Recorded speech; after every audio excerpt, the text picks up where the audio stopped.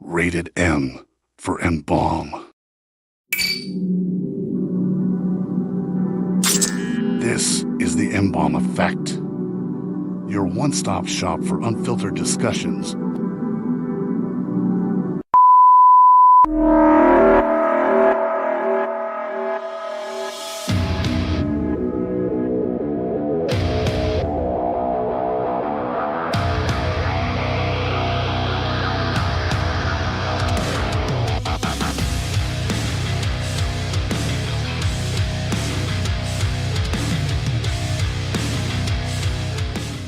What is going on? Welcome to the M-Balm Effect. I'm your host, M-Balm, here tonight, live in studio. It is a Tuesday night, here live in the ROC, baby. Please welcome PROMACHINA. How the hell are you guys? How's it going? It's going great.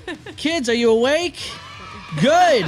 That's exactly what we like to hear. How is it? You guys came here from where? Oh, well, Rod. Greece. I was going to say Hilton. Yeah, Okay. We're kind of West all side. over the place. West yeah. side. Yeah. The West Side, huh? Yeah. Nothing wrong with Yeah. the West Side. No. No, people give the West Side a bad rap, and I'm like, come on now. You know? Yeah. East Side, West Side, gang, gang. You know what I'm saying? Yeah. Yeah. We have some floaters over here, too. Yeah. You know, you're on the stage, you're playing music, you're throwing up gang signs. People are like, oh, that's Yeah. definitely West Side. That's right. There's some East Side in there. You know, and Right. people are like, oh, yeah, it resonates with them. You know, when you're playing metal, you gotta represent. Yeah. Represent Hilton. Yeah, represent some Hilton. You know what I'm saying? Yeah. Yeah, well, Greece, you know, they just got rid of Donuts Delight over there. I'm a little disappointed. How could they do this? basic macroeconomics. Yeah. You know, you can only charge so much for a donut. You know. Well, I know. And then, like, if you get stabbed by the homeless guy off the street, you got to have some donut holes to kind of fill the I wounds. feel like I'm missing out. I've been in Greece for forever, and I have no idea where you're talking about. Really? It was right on Westridge Road. It was a little building. They have one in Irondequoit. It's Donuts Okay. Delight. I think it's a Salvatore's over there now, if I'm correct. It's one in one building, I think. Yeah, and so you can go there, get some beautiful donuts, you know, and just have a good time. But like now you can't go to the west side to get it. You have to go to the east side. But we are getting a Brewster's. Oh, you got a Brewster's coming? Yeah, we got a Brewster's coming. Oh, good. That'll fill the void for a lot of donut lovers out there. Well, you got to fill the void. Yeah. Donuts are like one of those things you can't live without. You know what I'm saying? Like even though they're bad for you technically, you know, you got to have them. Yeah, to quote Homer Simpson, donuts, what can't they do? Right, exactly. Well, we got some people here with us. So you have Primal Nation in the comments. He's got some emojis there of DJ Primal. Eric is with us. Says, "What's up, guys?" We have PROMACHINA in here. If you're just tuning in with us right now, they are a band here, progressive metal band from the ROC. Look at that. He's even. And now I know you might mistake that for the M-Balm Effect logo, but it's not. It's not. We talked about that during Podfest. Yeah. We did. Yeah, we did. I love it. I do like it. It's cool because like you don't see a lot. I mean, you do see hexagons, but not in that sense. You know what I mean? Like there's a disconnect and everything. Mm-hmm. I mean, so when I did the design for the show, I actually had the hexagon in. It was a tribute, I guess, a nod towards like Boards of Canada. I don't know if you guys know Boards of Canada. They're they're electronic band from Europe, and they're two guys, and they make some sick beats, and I'm just like, you know, there's a Hexagon Sun, there's all kinds of. I mean, if you are into that stuff, it's good music, but yeah, that's where I came up with the Hexagon logo. How did you guys come up with the logo? I'm gonna let you default to that one. Well. So we just got a guy on Fiverr just to kind of play around with some kind of logo. We went over some kind of like logos that I like. You know, one of my favorite bands is Periphery. So I kind of like their whole like P with the dots kind of thing. And he just took that and ran some of his early designs. I'm assuming it's him. Some of his early designs were like very businessy. Okay. And then we had to be like, yo, we're a metal band. Yeah. This has got to be metal. And then he just made it very disruptive and added some dots on it. And then everyone was just like, yeah, all right. Yeah. PROMACHINA, there it is. I think the other thing too is like where this band pretty much originated from was, you know, every single one of us in the original band was mechanically inclined in some way, shape, or form. Gotcha. And then the style that we play is very technical and difficult, as you probably noticed. I gotta say, I feel like I heard you say some things during the show that you know equated to that. But yeah, Wrath of Lilith, man. I'll tell you that song. It's a fun song. It is. It's a good song. I know you guys only have two. You have only 2 songs on the platforms right now, currently. But that'll change. I don't know, that might be changing within minutes. Like an hour. Within minutes? Really? Yeah. Within minutes? Yeah, maybe, potentially. Yeah. I've been keeping an eye on it. I haven't So you- seen it pop up yet, but Well, you got the push of a button right now. I mean, you could just release it right now. Then. we did. Oh, you We're did? waiting for We it did, to come but out. yeah, So, it takes some processing time. well, here's Wrath of Lilith. Let's play some of that in the background. It's got a good start to it. It's fast paced. Now, when I first heard the name PROMACHINA, it reminded me of that one movie with the android lady. Ex Machina. Ex Machina, yes. With Oscar Isaac. Is that anywhere near the reason why? Yeah. So like Deus Ex Machina. I always thought that was like, because it literally translates to like voice in the machine or God in the machine kind of thing. Yeah. And that movie played on this idea that the perfect AI is one you can't recognize as AI, which perfectly fits into that God in the machine kind of thing. The original use of it was for like convenient plot twists that would help out the protagonist. Yeah. So just like, oh, it's the God in the machine kind of helping out. But I really like how modern culture has kind of taken that expression And then we just kind of changed the prefix to pro. Yeah. So now we're like in favor of the machine. That's awesome. That's kind of the story behind PROMACHINA. What'd you think of that movie when you watched it? Because it was 10 out of 10. Yeah. Oh yeah, easily. That was a good movie. It's one of those movies that like after like I finished it, I had to like come back to reality, and I'm like this changed me. I mean, I'm not trying to commercial the movie. I mean, like go see it. It's very complex, but when I was in school, I took a cyborg theory class where they talk about kind of like the relationship and the politics of technology and all that stuff. And I saw it right in that kind of time, so it was all very relevant. Yeah. And so in that way, it spoke to me a little bit more. But yeah, it's a good movie. So, I mean, like, you look at that movie at the time, it was, before AI even was, like, huge. It was before AI became, like, what it is now. And it made you think about, what would you do in that aspect of, like, you are encountering this being of which it's not really a living organic being. It is a robot, and it has feelings. And I'm sure people have seen the movie by now.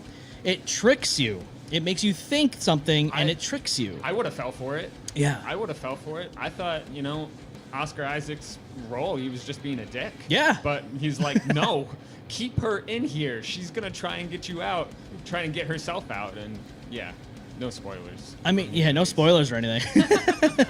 I mean, we're living in a day and age now where AI, it's happening. We're here. I mean, what are your guys' thoughts on this? Being creators, being people that make music, and now people can just on a whim type in a prompt. Now they have music, lyrics, everything's there. What do you guys feel? How do you guys feel about that, and what do you think about it going forward in the future? It's actually kind of funny you asked us that. So we just started working with From the Depths Entertainment. Okay. It's a promoting company essentially, and they asked us the exact same question. That's a tough question. It is. Bottom line, we're artists, right? So Yeah. we support other artists no matter what. That's hard. My heart is you're still pulling from something somebody else has done. But aren't we all to some degree? Like Yeah. all of us have those heavy influences we're pulling whether we mean to or not. It's there. Like there's times like we write stuff and I'm like, that's that band. Like I can like hear it, you know what I mean? Yeah, we're totally unintentional, and obviously we fix it and correct it and whatnot. But like, Yeah. Subconsciously you're still pulling it. So I don't know. It's tough. My heart lies in the original, skilled, talented musicians. You know, but I guess it may favor those who can produce and create and stuff like that. Yeah. Versus just understanding technology. Yeah. That's one way to look at it. I can say from experience, I've definitely, shed a tear in laughter on some of those AI songs. Yeah. So they have, made me feel something. Yeah.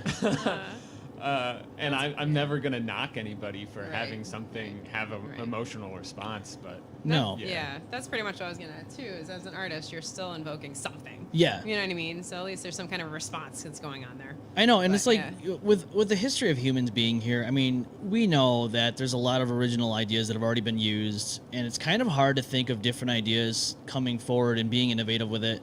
But like you said, with being inspired, there's inspiration behind everything that I think everybody does. Like there's inspiration behind this show. There's inspiration about how you guys go about your music. There's always some type of inspiration, and I know people will give people some type of flack towards like, oh, that's not an original idea. Well, it's like, well, what did you do? I mean, are you contributing to anything? Or are you just Right. sitting here behind the screen just typing up words? And I know there's people out there that think of people using AI is almost like a ripoff. And I look at it this way, and there is cases like that where people are using it as a ripoff. They're like, selling like prompts, like pictures, and then they're selling a frame, and I painted this. It's like, you didn't. Yeah. But I think that if you use it as a tool and use it only as a tool, not just the absolute creation of what it's supposed to be, I think it can very well be utilized in that aspect and not be judged in that sense of like, oh, you're ripping someone off. yeah, and then I think the pressure is on the humans Yeah. to differentiate and understand the difference. Yeah. I'm super curious to see what happens with like copywriting and all that kind of stuff with the AI. I heard right now it's not. I think everything that's used with AI in any capacity is completely free to use. I don't think anyone can claim copyright on them yet. Okay. Or if they're ever going to do that at all. It'll be interesting to see what happens in the future. I'm curious about that. Yeah. Yeah, because I know there's a lot of people out there making music with like Chester Bennington's voice, or like Lane Staley from Alice in Chains. I'm like, dude, this is wild. Yeah. They're having Lane Staley sing songs that were made about him after he died. That's crazy. That's pretty surreal. I just saw, Christopher Lee is in the animated Lord of the Rings that they're doing. Yeah. They're bringing his voice back with AI. And that's wild too. Like, think about the movie aspect. Yeah. When are we going to start seeing like Paul Walker and all that come back in the movies? And you're like, and it'll. Didn't we? We did. And that was, I think, the start of it. I think that was like the start of some type of AI. You know who they're going to bring back? James Earl Jones.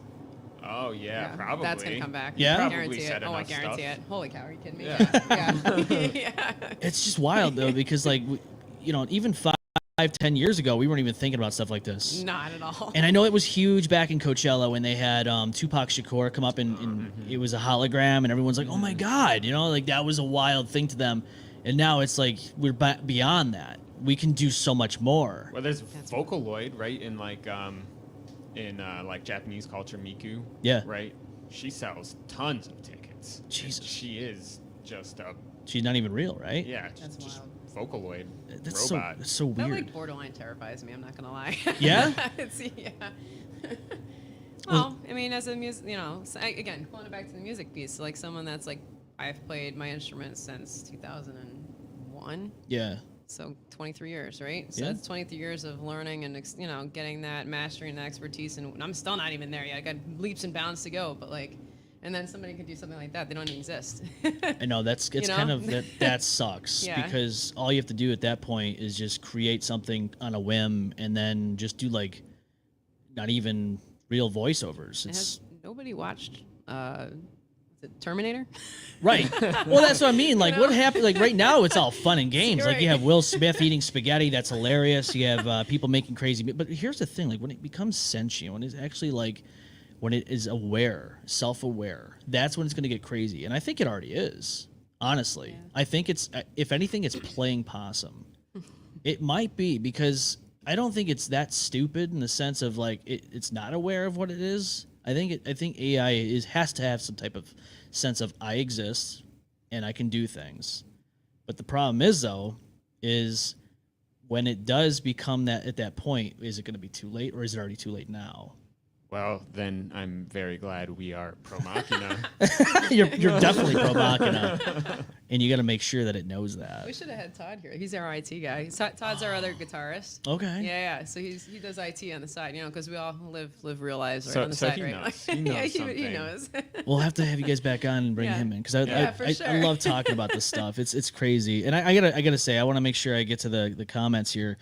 Eric says, now I gotta know what's your favorite donuts. Hi, Todd. Well, it's John. It's John. Yeah, I see our drummer's on there too. What's up, John? Oh, John. Yeah, he just say hi, Todd. Hello. Look at that. What's your favorite donuts? Man. Oh, my colleagues at work make fun of me all the time because I'm so not a foodie. No, you don't like donuts? I do. I just don't. I have to think hard on that one. That's a good question. It depends. Yeah, it depends. I like a good Boston cream donut or apple fritter. Oh, an my apple husband fritter. loves the Boston cream. Does he? Mm-hmm. It's my top one. Absolutely. If I haven't had a donut in a minute, though, like the classic glaze, like just the sugary, doughy awesomeness. I think I go for like the frosting ones, like the frosting filled, if I had to guess. Okay. Yeah, those are pretty good too. Yeah.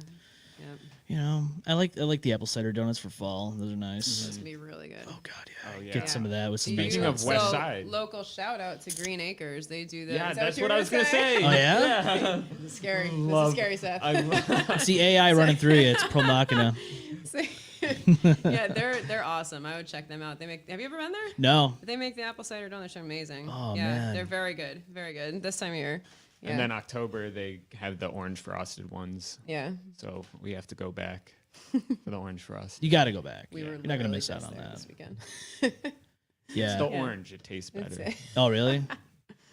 Well, I wonder if AI eats donuts in AI world. Lots missing out. It might be. So like when you think about all these different things going on with artificial intelligence, do you think that it will take over everything, like music? No. Do you think it'll take over movies? Because people are already talking about that, like, oh, people are going to be out of jobs when it comes to movies and such. I'm like, me personally, I don't think so. I think probably. You think but so? Those people will have other jobs. Well, that's just it. I think you will be involved in those career fields. I do think though that things will change. It's just like anything else. Like anything else that's advanced. Yeah, I mean, look at PCs. I was going to Absolutely. say they pretty much worried about the same thing back when technology even first started. Yeah. So I mean, it's the unknown. We're afraid of the unknown. That right? dang fire taking my job. Right. I don't know. I don't think you can replace the human aspect, and I don't think you're going to be able to reenact the heart and soul that goes into the work that people, put in. Right. And like you hear the music now, and it's fun in games now, but like I wonder if it might advance, but I don't think it'll ever get to the point where it's going to replace humans in totality. I wonder if it'll push the bar just enough. You know what I mean? I think it will. I Yeah. mean, well, like look at just look at even like audio technology. Yeah. Right, Like exactly. MIDI drums and virtual instruments. Right. That's now anybody can play the drums now. Anybody. Yeah. And that's wild to me. What's God, I wish my brain wasn't broken. The band from Metalocalypse. Oh, Death Death Clock. Clock. Yeah, well, no, not just no. So there's that one, and then there's another one too. But yeah, no, Death Clock. Weren't they all just like one guy originally? Anyway. Yeah, Brendan Small. Yeah. Yeah, and it was then- just him, Yeah. right? So now they like have to find people to fill in those roles of everything that he recorded. And that was, my God, how many years ago? Jesus. That was a while. Yeah, the early 2000s. Yeah. I think. I hate that they didn't really finalize it. Or did they actually did they actually finish it yet? They made a movie to like come first circle, Yeah. full circle, and I didn't see it yet. I got a bunch of people saying hi to me. Hey guys. Amy's on I'm there. seeing Amy. I'm seeing Bob. yeah, All it your was good as bandmates a- are out there. What's up, John and Todd? It's awesome. Yeah. yeah, I like the movie, but like you had to follow the story the whole time and really know the Metalocalypse story and the Church of the Black Clock and Yeah. all that stuff. Were you big into that when that first came out? The show, yeah. Yeah. I was pretty adamant about watching that. And then when Adult Swim finally canceled, I'm like, really? You're gonna leave it right there? Yeah. Adult Swim used to be good, but then it's just kind of like, I don't know. They just got too corporate. Yeah, and Brandon Small, like he talks about that. He's like, in terms of me, like I'm good because I got to make this awesome TV show for 4 seasons with like Kirk Hammett doing voices and stuff like that. It's you guys who are getting robbed of the end of this story. Yeah. Yeah. And then he did the movie, and now I think his hands are clean. But they're touring too. Are they really? Yeah. I did. Oh wait, somebody did. I think it was an old co-host that we had on the show. He did go and see that performance. I was like, I forget if I don't know if it was in Ohio. I don't remember where it was, but he did mention they were doing a tour. Yeah. That's cool. They did at like some convention, Adult Swim convention. They played like a one-time thing, and I think that was in Philadelphia. Okay. And then now they just did a tour with Baby Metal. Baby Oh, Metal. jeez. Yeah. Oh man, I love Philadelphia. I went there for a business trip earlier this year, and there's so much history over there. There's so much history. First American capital. It is. Yeah. This was supposed to be what DC is today, but have you ever been there? A couple of times. Yeah, I love the Liberty Bell. That was cool. Like you listen to teachers talk about this stuff in school, and you're like, that's bullshit. I'm never going to see this thing. I went to high school in Philadelphia. Yeah. Or the Philadelphia area. Oh, you did? Yeah. I'm from Jersey too. Oh, so okay. it wasn't that I'm from far. that area. All right, that's awesome. See, Yeah, that's awesome. Yeah. Yeah. I Yeah. love Liberty Bell and Franklin Institute and Rittenhouse Square. With how close I was, I actually didn't go there a ton. I've been there a few times, but not a ton. No? No. It wasn't that far. A couple hours, maybe at best. Yeah. Yeah. Camden Aquarium, that's New Jersey, but That just I've across been to. the Delaware. That I've been to. I went Yes. to my wife's. There's family that lives in New Jersey on my wife's side, and we went there a couple years ago on our way down to Florida. We stayed the night, and then we got up in the morning. We continued the journey, and I went to the gas station, And I got out and I'm like looking around, like, okay, why is everybody in the car? What's going on? Oh, So I'm yeah. like- and then I got yelled at. Somebody Yeah. came up and was like, hey, you Yeah. can't do that. I'm like, what do you mean? They're like, Yeah. no, we got to Yeah. fill it. I'm like, what is going on? It's- That was my first yeah. experience. Like, Yeah. wow. Yeah, we get that a lot in Jersey. Yeah, it's crazy. bizarre. Yeah, I Yeah, mean, yeah. and then like, so as somebody who coming from New Jersey, how is it when you come here? Do you just, Oh, I mean, I love it out here. I'm so independent. I'd rather take care of it You myself. can make left Yeah. turns. Yeah. wait, you can't do that out there either?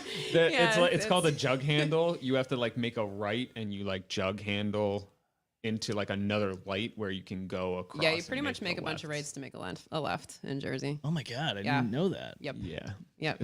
It's a big joke. It's, It's a joke. yeah, I'm gonna plead the fifth on that one, but yeah. Hey, you Yeah. know, I mean, it works. It works if you It does. know. Yeah, If it you know how confuses. that's how the system works. Yeah. But if you're used to driving around here and you go there and you're gonna miss a turn at least once. I could see that happening, you know, and I know people say that Philadelphia is like a crazy city, and it can be with the traffic. My God, the traffic. I mean, literally, like if you get up, it's 6 o'clock in the morning and you drive from King of Prussia to the city, you can get there in a matter of 20 minutes. You do that at like noon, you're going to be like an hour or so. Oh yeah. Easy. Yeah, same in Jersey too. So I know, it's wild. to go 10 miles, I think it took me an hour once. It was insane. God. Yeah, burned up a clutch. It was amazing. Oh, really? Yeah. Oh, Had to no. limp that thing all the way home. Back to Oh. Rochester is great. Back to Back to Rochester? Rochester. Ooh. Yeah, that was brutal. It was clutch first, clutch neutral, clutch first, clutch neutral for an hour. And out. Yeah, that's Because you can't do gap control in Jersey. That gap goes away. Yeah. So yeah, it's fun. But Yeah, I had a good time down there. And then like I was down there for 2 weeks. I come back to Rochester and I'm like, right off the bat, I get up to like I forget what road it was, but there's some guy on a motorcycle getting up off the motorcycle and yelling. He gets up and gets in this lady's window and starts yelling at her. I'm like, oh, welcome home. yeah. I'm like, geez. The ROC is just a wild place. Like when you come here, like isn't it a cultural shock to some degree compared to where you guys come I don't from? know about you, but it was just slower for me. I thought it was friendlier too, believe it or not. No, it was. Really? Compared to where I grew up, it was. Really? Oh, yeah, I think there's enough drainage Definitely. from Canada that there's enough politeness around here. Yeah, I would definitely say so. But I mean, I grew up in a rough area in New Jersey too. So, Okay. and you were in Philly, so that's not really, easy. Yeah. I think maybe it's not as like politeness as it is like humility, yeah. where I don't want to get myself in trouble, but I think there's a little bit more like keeping up with the Joneses. Okay. Out here, you mean? No, Or no, like- no, oh, In yeah. Philly. Yeah. Gotcha, Okay. gotcha. Yeah, I mean, here we have the garbage plate and we have a lot of crazy people out in the streets driving around like it's just nuts. Yeah, you gotta drive in Jersey sometime. Oh yeah. I can imagine. Yeah. I heard that New York City and Boston are like the worst cities to drive. Yeah, New York And- City's pretty rough. I've never been to either of Boston's those. Is it? Yeah. I've never driven in either of those two I places. think as soon as you pass Albany, Yeah. a couple of maybe tens of miles, then it's just bad until you get to Boston. And it's just horrible. I just- Cobblestone roads too. Ooh. I just take a train. Yeah? Amtrak, here we Just come. take a train and walk. Or a plane. Yeah. Yeah. Yeah. Yeah. Yeah, I mean, I went down to Kansas City a few years ago, and that was interesting. So like, the more south you go, the more friendlier people get, which is kind of weird. But they also are very paranoid in that area, especially the more country areas you get to. Like I know Kansas, and like, so I was down there for like I was trying a job out there, and I didn't know this, but they're rivals because Kansas feels like Missouri took Kansas City away from them. And you don't really think about that going there. You're like, whatever. People probably all get along. But apparently, like, if you're in Kansas and you say, yeah, I'm from, like, Missouri, they don't like that. That's wild. It is wild. Yeah. West side, east side. I was getting. Yeah. Something I've also noticed in the South is, for better or worse, there's no "I don't got time for you" attitude. Yeah. They make time. Yeah. But if you're a New Yorker, well, this kind of New Yorker, not maybe New York City, well, probably New York City as well, but I was walking to an event in Nashville, and I got stopped by a train, and the train just stopped. Like, it just stopped. What? Really? And like, I was late, as I usually am. So like, I had to get to the other side of that, and I didn't have time to like knock on the conductor's window and say, "Hey, move it, buddy." You know, so like, I was with a friend. We just hopped over the train and went on our business. It's like, how can they do that? That's bizarre. Yeah. Like, they're stopping multiple crossings for vehicles. We were on foot, so we were lucky we didn't have to abandon a car. That would suck. Yeah. I'm sure it's happened in the past. Yeah. But that was really weird. Like, only in the South. My husband always talks about how, like, when he's driving down there, he like goes to pass somebody on the right. You know, like someone's turning to go left, so you pass on the right, and that's like unheard of. Like, he would like pass like 10 cars just hanging out, and he's like, why is nobody doing this? Like, it's like just go. Yeah. You know, they're just turning. It's fine. And so that's like wild to him. Yeah. But it is kind of weird though, because like we think of America as like one country where all have the same cultures and all that stuff. It's not like that at all. If you travel to different states, I want to go on the west side. I want to go on the west coast. Like, I want to go to like Nevada and just check that out. I want to see the desert area. You know what I'm saying? A little desert action. Yeah. But I know it's going to be different if we end up going out there and visiting, because my wife's aunt lives out in Arizona, and it's a different ball game out there. People are more laid back. They're more chill. Here, it's like you said, go, and you got time. It's pretty wild. It's pretty wild. My sister lives in LA, and you know, when she's over there, because you know, she grew up you know, in the Philly area too. She loves to be like, oh, you know, like, I'm from the East Coast. This is how we do it in the East Coast. And then she'll visit me in Rochester, and she'd be like, "Nah, I'm from Cali. I'm not about that." Not about that. Huh? So when I first came out to Rochester, it was in like 2002. You know, I'm from Jersey, so I had a bit of the Jersey accent. I still do to some degree, but I also play ice hockey, so I'm with Canadians constantly. So I was out here, and then I go home to Jersey, and I get made fun of there because they're like, "Oh, nice goal, eh?" And then I'd come back up here, and they're like, "Yo, yesterday," I'm like saying all this other stuff. So I was getting picked on both sides because I picked up the accents from both. Yeah. Now I'm just a confused accent. Yeah, it's solid. okay. It's a mixture of all, right? That's right. When you guys come here, do you guys notice an accent here? Mm-hmm. You do. Mm-hmm. What is it? I have a friend named Alan, and everyone who's local calls him Alan. Yeah, I was it gonna bothers say me. it's the drawn out A. I was just gonna say that. Yeah. Do I have a drawn out A? I don't know. I've been here too long. Oh, I know we've only been doing this for almost 40 minutes. Yeah. I'll let you know. Yeah, because I'm curious, because I used to scour the internet. And I'm like, what is this? What is this accent? Rochester. I know what you're saying because I've heard people do that, and I'm like, I didn't pick up on that being a Rochester accent. I'm like, okay, that doesn't make any sense. But then I guess like the more you think about it, you're like, you're right. Holy shit, you're right. That is a Rochester. It's like weird. But it, for me, anyways, I don't think I have that. I don't know. It's weird. But Are you born and raised Rochester? yeah. I mean, I've been here all my life, so it's not like I've lived anywhere else. So it is interesting, especially when you deal with people on a day-to-day basis for work and stuff. You get all kinds of different accents sometimes, and especially if you go, the Amish have their own accent too, which is crazy to me. Like, I used to deal with Amish in my last company that I worked at, and they're nice people. I mean, they're very strict on using cash, check, nothing else. But they do have an accent, and it's like, okay, I can understand that though. They live in their own communities, they have their own thing going on. So, but like, you pick up on different things. Like, I wouldn't have even known you came from Jersey, to be honest with you. No, I've been out here too long at this point. At this point, yeah. 2002? Yeah, 2002. So a little over 20 years. Yeah. God, that sounds long. I know. It's like, I remember 2002 very clearly. It's wild. And it's to say it's 22 years ago. That's crazy. Yeah. Yeah, that's wild. It is wild. Yeah. Time goes by so fast and you're having fun, you know? Is that what we're doing? Going too fast. Are we though? Well, that's the thing. I Like, am. people always tell you when you're a kid, like, hey, you better, take advantage. Enjoy It. Take Yeah. advantage of your youth. Blah blah blah. And you're like, ah, shut up. No, I say that all the time to people just slightly younger than me. Yeah. Now we're the old people I was telling gonna them. say, I still feel like I'm in my 20s. My brain hasn't quite caught up with that yet. Same here. I started the show when I was 28. Oh wow. I'll be 34 in February. It's been that long already. 41. I wouldn't have. I would have never known. Yeah. Nah, I wouldn't have never known. I feel old every time I'm with these guys. I'm pretty sure John's got me beat though. Yeah, he does. Yeah. Yeah. John's got to be. Yeah, John's got me beat. Todd's not far behind me. Yeah. Just a baby. Yeah. Yeah. Yeah.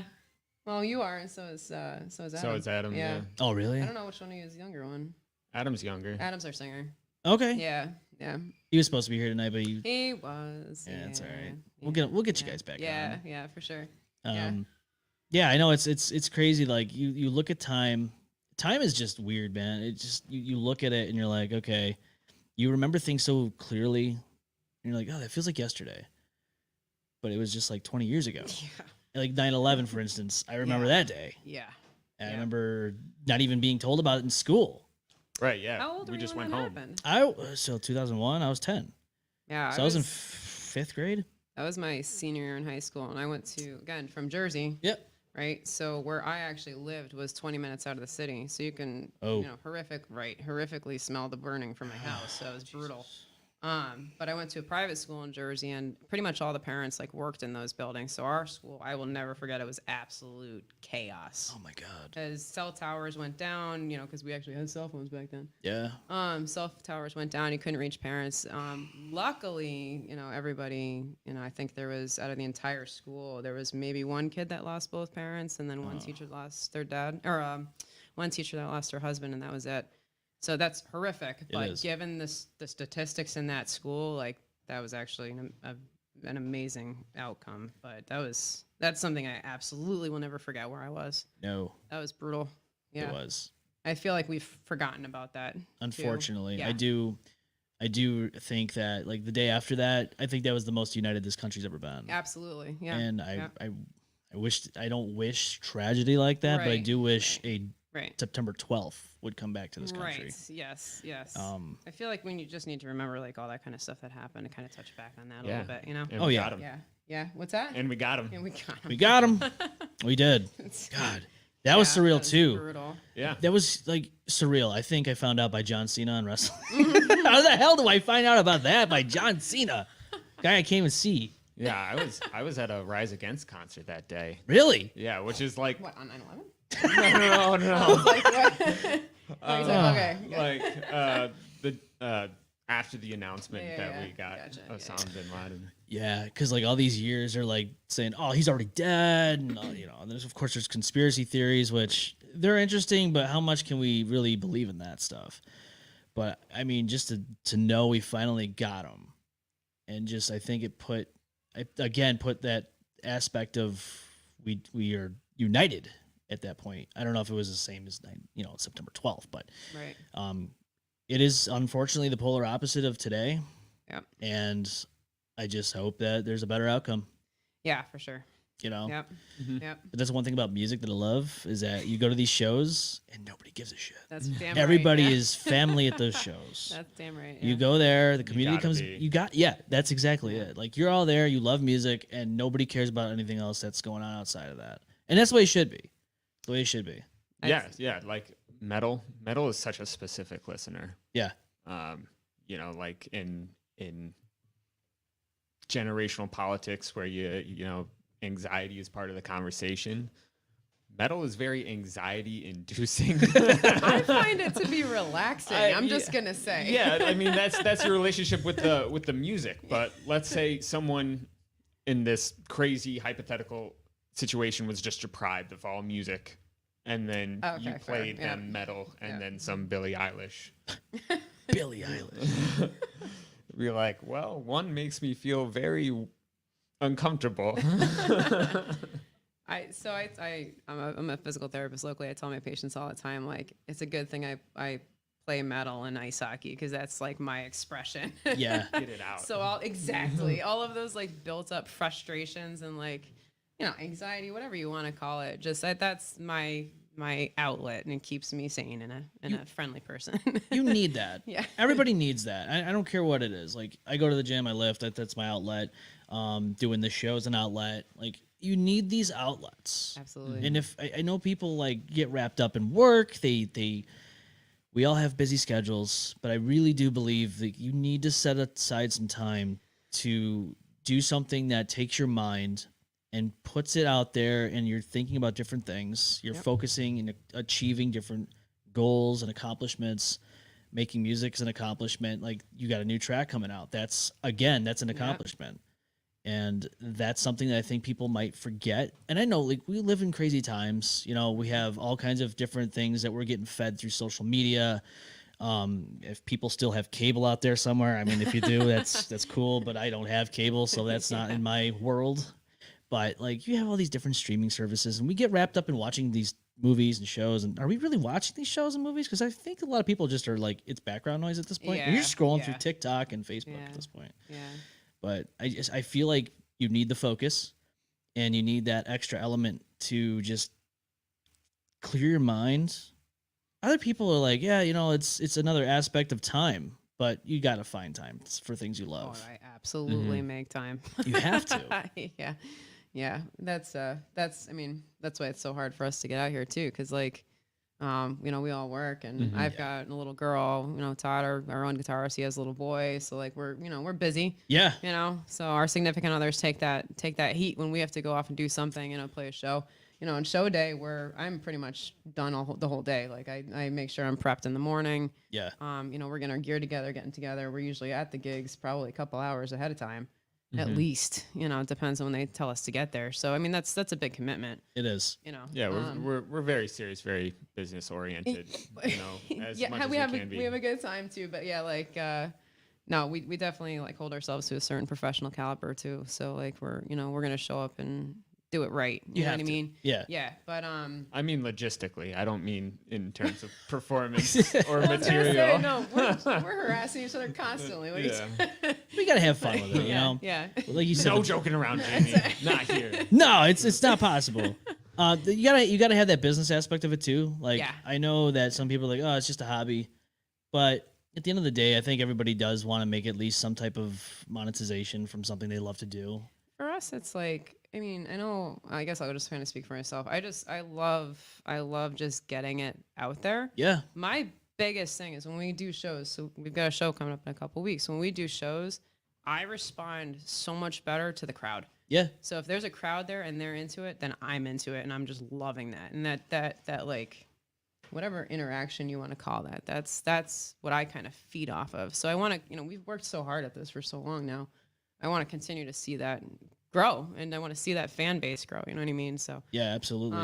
I shoot myself in the foot when it comes to money. I could care less, you know, which is not good because you need to survive. I know. But in the same breath, like The you know, gear, man. It's like, yeah. I know, like, I know audio Yeah. equipment in itself Yeah. is expensive. Yeah. I mean, but guitars and drum sets and Yeah. that stuff. You probably saw what we rolled up on stage with too.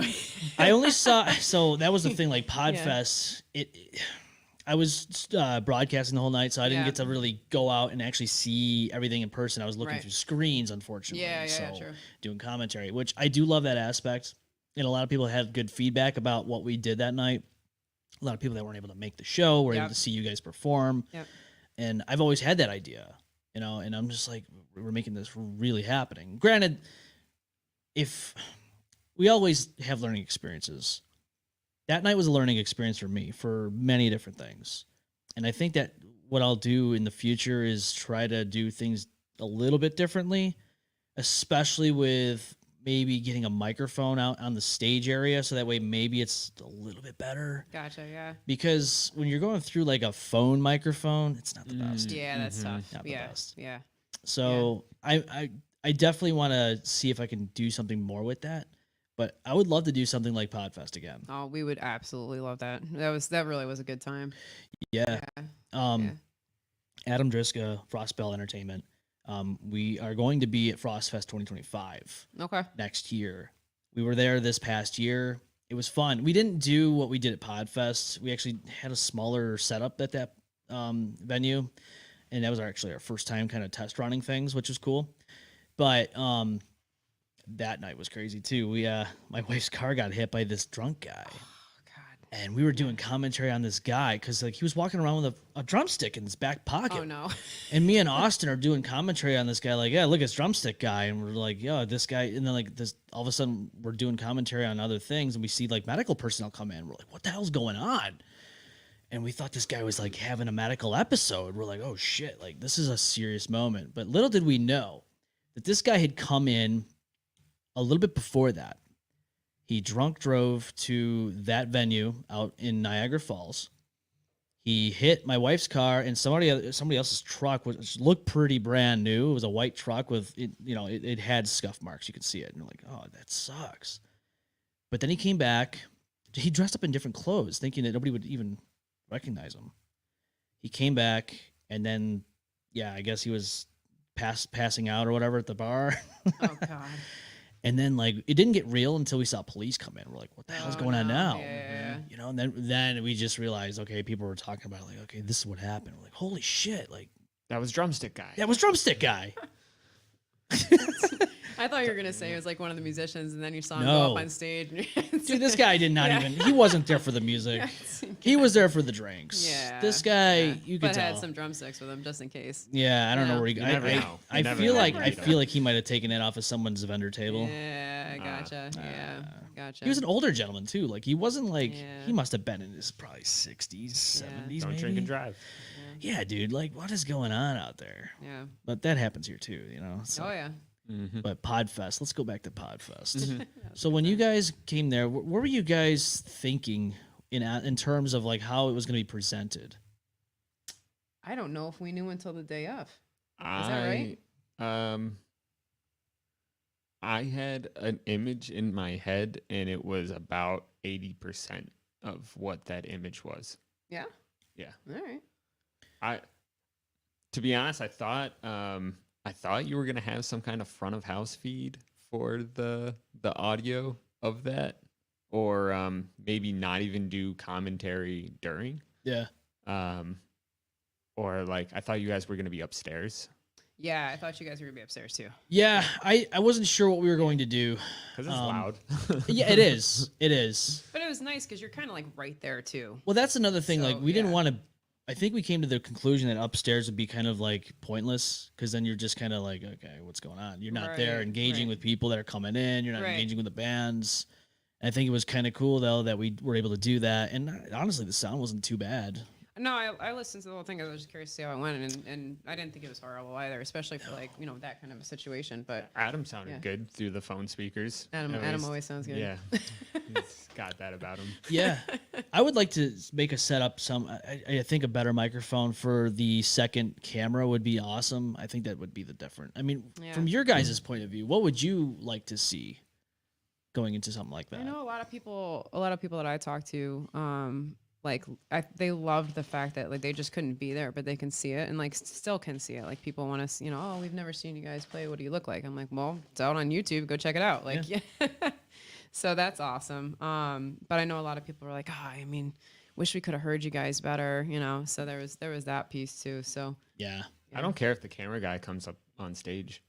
Like I thought it was kind of cool. Dead laughter. Yeah. So when Jerry went up there. Oh yeah, that was awesome. Yeah. That's right. Yeah. It was like in his face.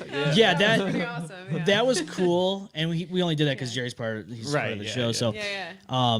You're right though. If that was something that everybody was okay with, I think that would be cool because I did like the aspect of the point of view he got from like Jerry's point of view on the stage. You see the crowd, like that was cool. That is awesome. Yeah. If we can change that up next time, for sure. Yeah, like hear the songs ahead of time, or like at least one song ahead of time, and then like the highlights. Like there's gonna be a drop, or there's gonna be a guitar solo, or a bass solo. A bass solo. Would you let that happen? No.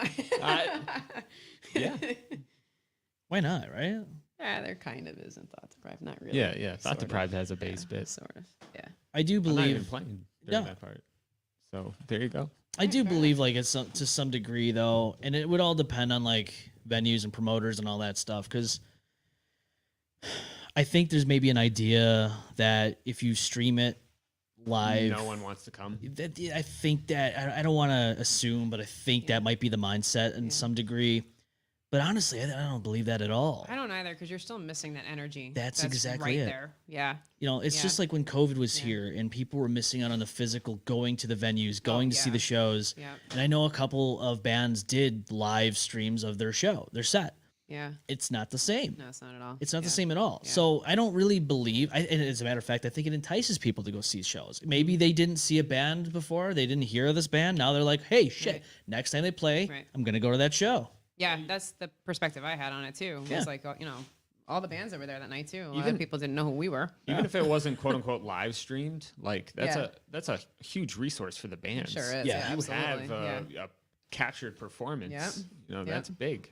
Yeah. And I thought about that too. I'm like, if we recorded it, I think everything would look crystal clear, sound better, even better than it did. Mm-hmm. Because like when you live stream, you have to depend on like Wi-Fi. You have to depend on either cell service, if you have service at all. It's kind not to cut you off. I'm sorry, but no, you're good, man. You have to be entertaining the whole time too. Yeah, as a broadcaster. Yeah, and that was cool. Like if we have a crew, we have all kinds of banter, inside jokes. We talk all kinds of shit to each other. If it was just a solo guy doing it, it's impossible. Oh yeah, there's no way. Yeah, there's just no way.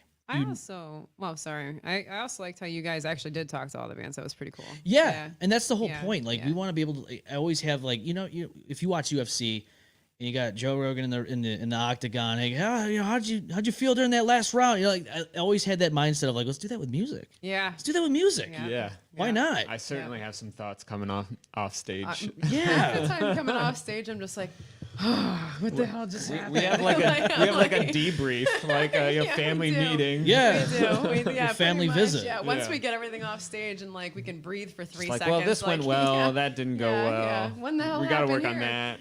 What I was gonna say with the recording bit. So I'm a huge athlete, so I'm just gonna equate this to sports. But like when I played hockey growing up, one of the best ways for me to learn was to watch myself play. Yeah. So, I could see, oh, what the hell were you doing there? That was a stupid move. So even same thing on stage. I'm like, oh man, I was moving a lot. And I watched, I'm like, I didn't go anywhere. So it's nice to see that. And then I can like up the ante for the next show too, Absolutely.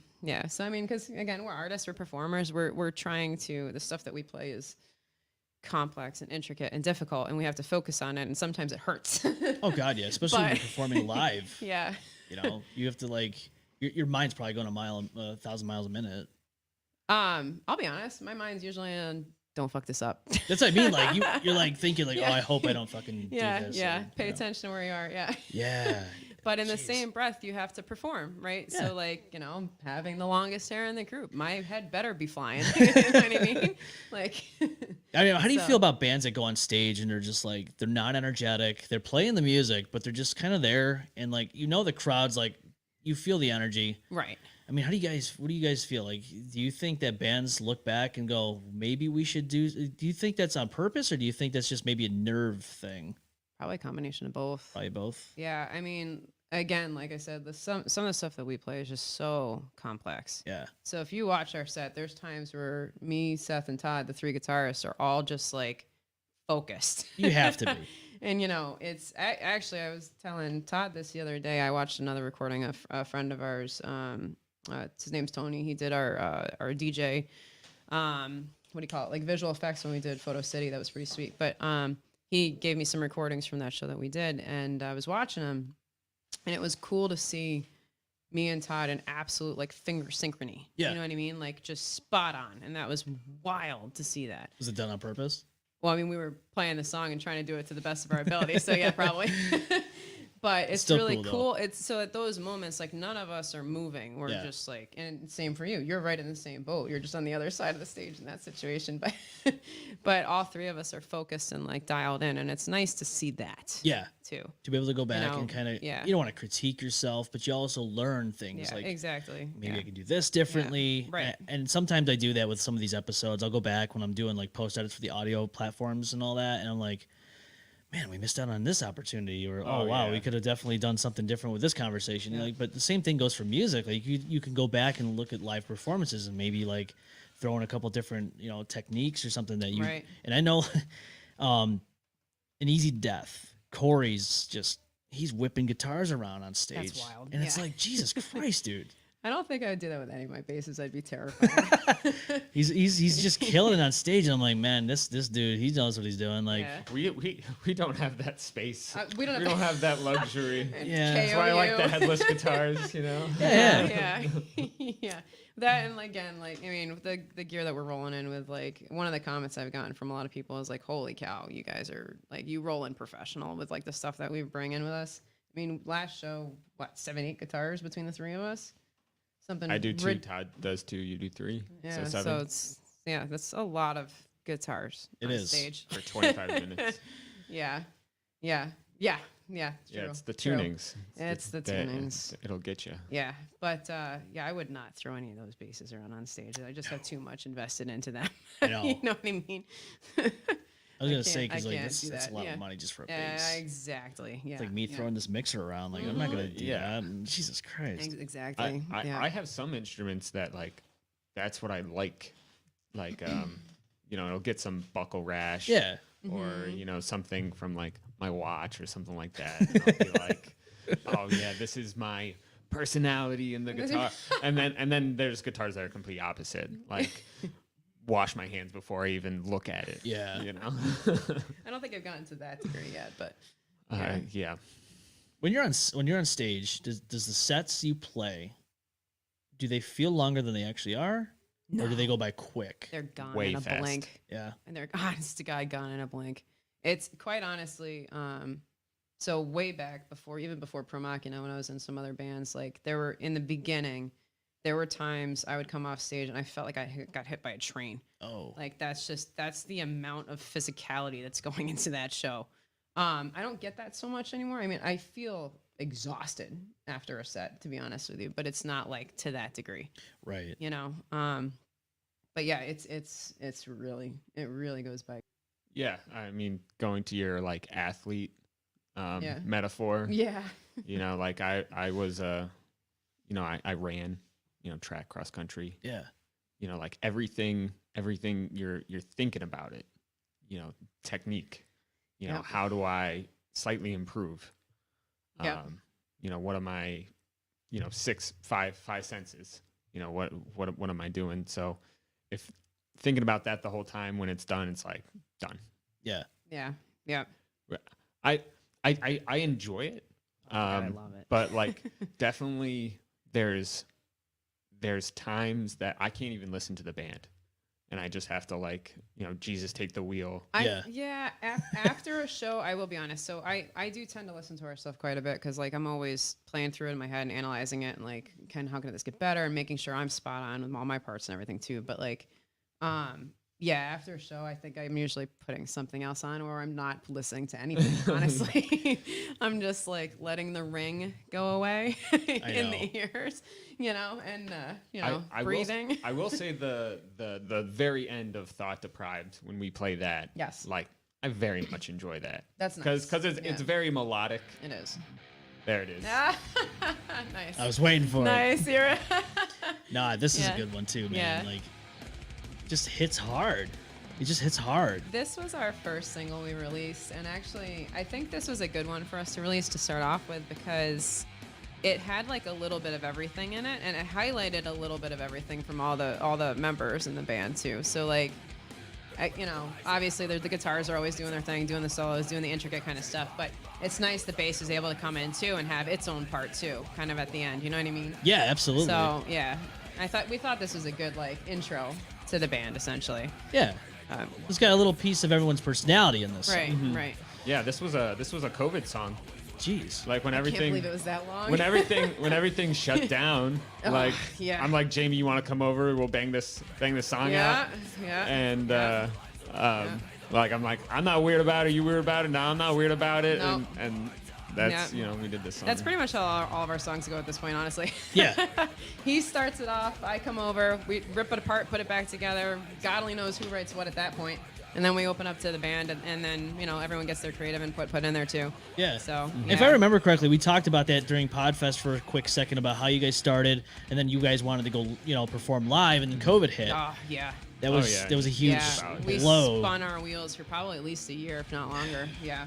Yeah, That was brutal. Yeah, I mean, it was. Yeah. Everybody was like, dude, Yeah. is it ever going to come back again? Right. We actually, you were talking before about bands that were trying to like, do like the live thing during COVID, and we tampered with that a little bit, but could never get the latency to go away. So we even tried practices that way and just didn't work. So, Yeah. yeah. It's hard because I've also thought about even doing like live performances in this kind of format. Yeah, that would be tough. Yeah. And I talked to Jordan Hoyt, who's part of Perspectives. Mm-hmm. And he's like, it would be very hard to do. You would need for the sure. right equipment. You Oh, would yeah. need to. It's just there's so much to Especially the drums. That would probably be the toughest. Yeah. No Yeah. volume on Yeah. drums. Yeah. it. Right. Yeah. Exactly. Unless you do Yeah. an electric kit, I guess. Oh yeah, true. I guess my next thing would be like, even if you did like an acoustic thing, Right. that would be cool. I want to get an acoustic bass so bad. That would be dope. That would be dope. I very much thought about that, but nope. Instead, I got the good old Ernie Ball bongo. It's this scene has so much talent, so much potential to grow, and there's so many bands that just from this area and Buffalo and Syracuse. absolutely. Yep. There's so many different bands, and I know everybody gets caught up in some weird stuff. Like I know there's inside drama that gets unfortunately brought up.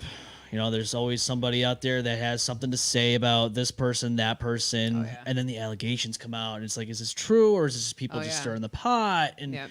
and unfortunately, we saw some of that this year, and I'm just like, Jesus Yeah. Christ! But how do you guys get through that and not let it tamper with your process to make more music, or even just kind of dwindle your momentum going into something like that? It's hard because so again, back when PROMACHINA started, our band was different. We had different members in the band, and you do end up spinning your wheels in situations like that. You're just kind of like, oh, no, where do we go? I don't know. I guess I'm a firm believer in like everything happens for a reason, right? So I've lived through some stuff like that. I mean, our original singer was wrapped up in a lot of, just school stuff and whatnot, and just wasn't able to join us as much. And then our original drummer moved on to the Cornell area, kind of fell out of the metal scene for a little bit. So that causes you to just dig and like, okay, now what? And you just look for people and they present themselves and you just keep going forward. Yeah. You just, what's next? Okay, we can't, when we didn't have a drummer for a little bit, I was like, all right, well, now we're just going to write. So we got together and we wrote, we just keep it rolling. Yeah. Just try to keep, what's the next step? Yeah. And try to keep working towards that. Essentially, that's, I guess how we've kind of gotten through it. Right? Yeah. Yeah. To add to that, like if we need a break, just take a break. You have Right. to. We have done that too. Like typically after shows, because we work so hard leading up into a show. Because again, PROMACHINA, right? For the machines, we want to be spot on. Yeah. So we work so hard going into a show that usually after that show, we're like, Well, the burnout we're gets real just if you not don't gonna take a do break. anything for Yeah. a week. It's gonna be cool. Yeah, like we got a puppy, so like can't really have drums in the house, No. until Yeah. she kind of grows up a little bit. Was that right after COVID? We got her like 2 years ago. That was that was right around that was right after COVID then too, because like then I had my little girl. She's only 3.5. She'll be 4 in January, so she's little. Okay. Yeah. So again, adds to the tension of does. hey, I gotta go to band practice. See ya. Mm-hmm. But yeah. So yeah, we had the break because I was pregnant and I playing bass still, and then which that's an experience. Let me tell you. Oh, I believe it. I can only imagine. Take your word for it. It actually, and then she's very musically inclined though. I'm But pretty sure anyway. that Coincidence? I definitely believe it. Like Yeah. our son's 14 months. Okay, yeah. So it does add to the Yep. chaos, Oh, but it's absolutely. good though. It's not a Yeah. bad chaos. It's but It's just different. It Yeah, is. It's just It is. different. You Yeah. get used to how Yeah. things were, but I don't like when you become a parent. It's one of those things where you think about how things were, but you realistically could never even imagine it happening like that again. Like you can't go back to a time where they were not there. Right, It's weird right. to even think about it. Right, right.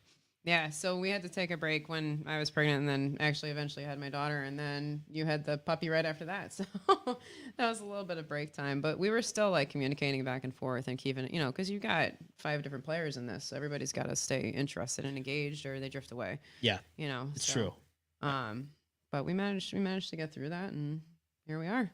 Yeah, So, I mean, just those type of things where you move on. Like people will come and go depending on their aspirations, like their goals. If something comes up, like a life change, those are things Right. that are understandable, but just keeping that mindset of we're going to keep doing this.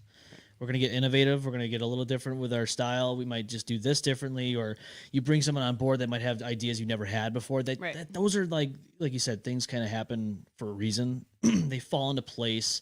And you find out, okay, this is happening for a reason, and it's working out for the better.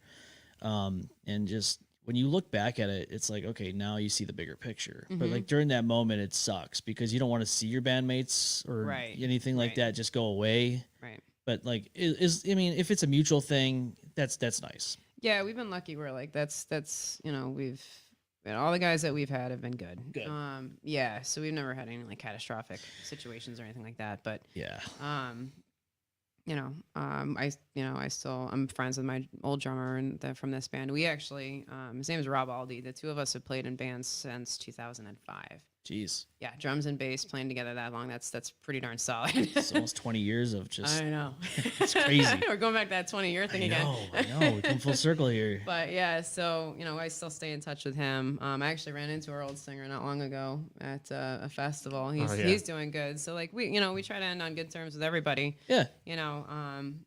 They just things go their different ways. Like you said, people have different things going on. We're all in this, we all have full-time jobs, so this isn't our like main dice, but we also all love it. So, we're just, we all have that collaborative mindset of just trying to do the best with this, essentially, make the best of it. That's the goal, right? Yeah. You want to always continue to grow. You want to continue to get better at your craft, and that's the way it should be. And a lot of people get scared to even start. Yeah. And just in any way, shape, or form. They're scared to start the YouTube channel. They're scared to pick up the drumsticks. They're scared to do any of that stuff. And it's like, don't be scared. Yeah. I think like the biggest, I've talked to someone about that recently actually. And I think like we talk, again, physical therapist, I'm with people all day, every day. So we talk a lot. Yeah. And I was talking to somebody and they were like, I really need to start recording and getting stuff out. And it's like, it's nice to hear somebody say that and be like, good, do it, go. Yeah. Have fun, but I know the biggest scare for a lot of people is that, like you said before, the people that can just criticize and, you're going to get that no matter what you're in, Yeah, I know that can be intimidating. It can be overwhelming to think about. But honestly, I know it's going to be hard to do. But if you're like somebody that's into it and you're worried about that stuff, if you see something like that, try to just avoid it. If you can, at all cost, avoid it. Like I've had people in the past come on this show. For instance, Jeffrey Rogers from GSL News. GSL News. He goes around. He's actually a young guy. I mean, he's probably, I think he said he was 23, 24. He goes around. He just like, if there's an accident or some type of like scene that's happening in Rochester or surrounding areas, he'll go and like do journalism about it. And so I had a comment saying something along the lines of, it was on YouTube. This person goes, good job having a criminal on your show. Like, really? Yeah. Because I guess there's some things that happen. And dude, look, I don't judge people. Like, whatever. Right, He came in here very respectful. Right. And I don't go based off of what this guy did in the past. Whatever. But like you get comments like that, and they're trying to like just whatever. And some people get overwhelmed or intimidated by stuff like that. And I'm sure you guys probably have some critics out there because everyone has critics. Yeah, you're gonna have them for sure. And you know what? Screw them. Yeah. You know what I mean? Like people just need to just they're usually people that criticize others for doing things that they're doing that they love to do are not contributing anything to society. Right. They're not doing any music. They're not making any podcasts. They're not even on YouTube. They're not doing anything. They're scrolling through TikTok. They're usually on Reddit doing some crazy shit. Yeah, I'll share a story. So I have a small YouTube channel where I like to like review gear. Yeah. And like when I review something, especially like a set of pickups or something like that, I like to kind of explore the main tonal options that you can do with the pickups, right? So I have a like a lead section or a guitar solo in there, and I had a string of comments kind of rip me a new one with my guitar solo. They did compliment like the rhythm playing. At least they did something right. Yeah. And like, you know what? I was actually like, you're right. I gotta practice. I was gonna say some of the criticism, like, I mean, so again, I'm from Jersey, right? So yeah, whatever, you could say whatever you want to me. It doesn't matter. That's just kind of how I roll. Yeah. But like, I do hear it. It does sink in and it knocks around in there a little bit. And sometimes, like you said, you learn from it, you grow from it. Yeah. I don't literally disregard everything, but then there's some that are way out in left field. Like we've had those before, and you're just like, whatever, man. Like, yeah. That's cool. Thanks for the feedback. I'll take it into consideration. Yeah. See ya. It. Yeah. Yeah, if I rewatch my guitar solo and I'm like, that guy doesn't know what he's talking about. That's flawless technique. Yeah. And I'd brush it off, but I was like, ooh, could use some improvement. We've actually talked about this as a band, like we're talking about, trying to get out there more again. Because the bottom line for us is we just want to have more people at shows so we can just play for more people. That's the bottom line. Mm-hmm. And so we've been trying to like make our presence on social media more. We've been talking about what we can produce as a band, other than just music, like little, like, this is how you play this is what we do here, that kind of stuff. And myself personally, just because, I mean, we're our own worst critics, right? So, like, I'm a bassist. I play lots of different styles, right? I'm not your typical bassist you see on stage. I have a lot of people that come up to me and they're like, holy cow, we did not expect that. And it's like, thanks. But I know I get nervous about, like, now if I'm just filming me, this is how you play this. I can't wait to see the people that are just going to rip me a new one. Chick trying to play bass, here we go. You know what I mean? Like, yeah. I know it's going to come up because I am not the perfect bassist. Yeah. I make it work with what I can. Like I said, I got leaps and bounds to go, but I feel like, I have some things down, but like, we'll do it. We'll get it out there. I won't care, but I know it's going to show up. Of course. Always. I don't think a lot of people know or remember, even when they are their worst critic, remember when they first started and what that was like. Not specifically. I teach audio production at RIT, and a question I get all the time is like, how do you quantify what kind of processing you're going to use? How do you get from point A to point B? What do you recommend? And when I have to like play the experience card, I really wish I could just pull up like a compilation of when I first started to try and record stuff. Yeah. It was bad. Oh yeah. God. It was bad, right? Like I didn't really understand like the structure of like gain stage into a speaker, and then you're miking a speaker. You have to mic the speaker a certain way. And I would just play next to the practice amp and the microphone, so you hear the click clack of the electric guitar. So then I would put the amp into like my bathroom to like isolate it, which I'm sure, as you know, bathrooms are just amazing acoustically. Oh, of course. So that sounded awesome. Some people even like perform in the Playing bathroom. underwater. You're doing the album underwater, right? Right. It's always it's a great place to play a whole on concert. Right. Yeah.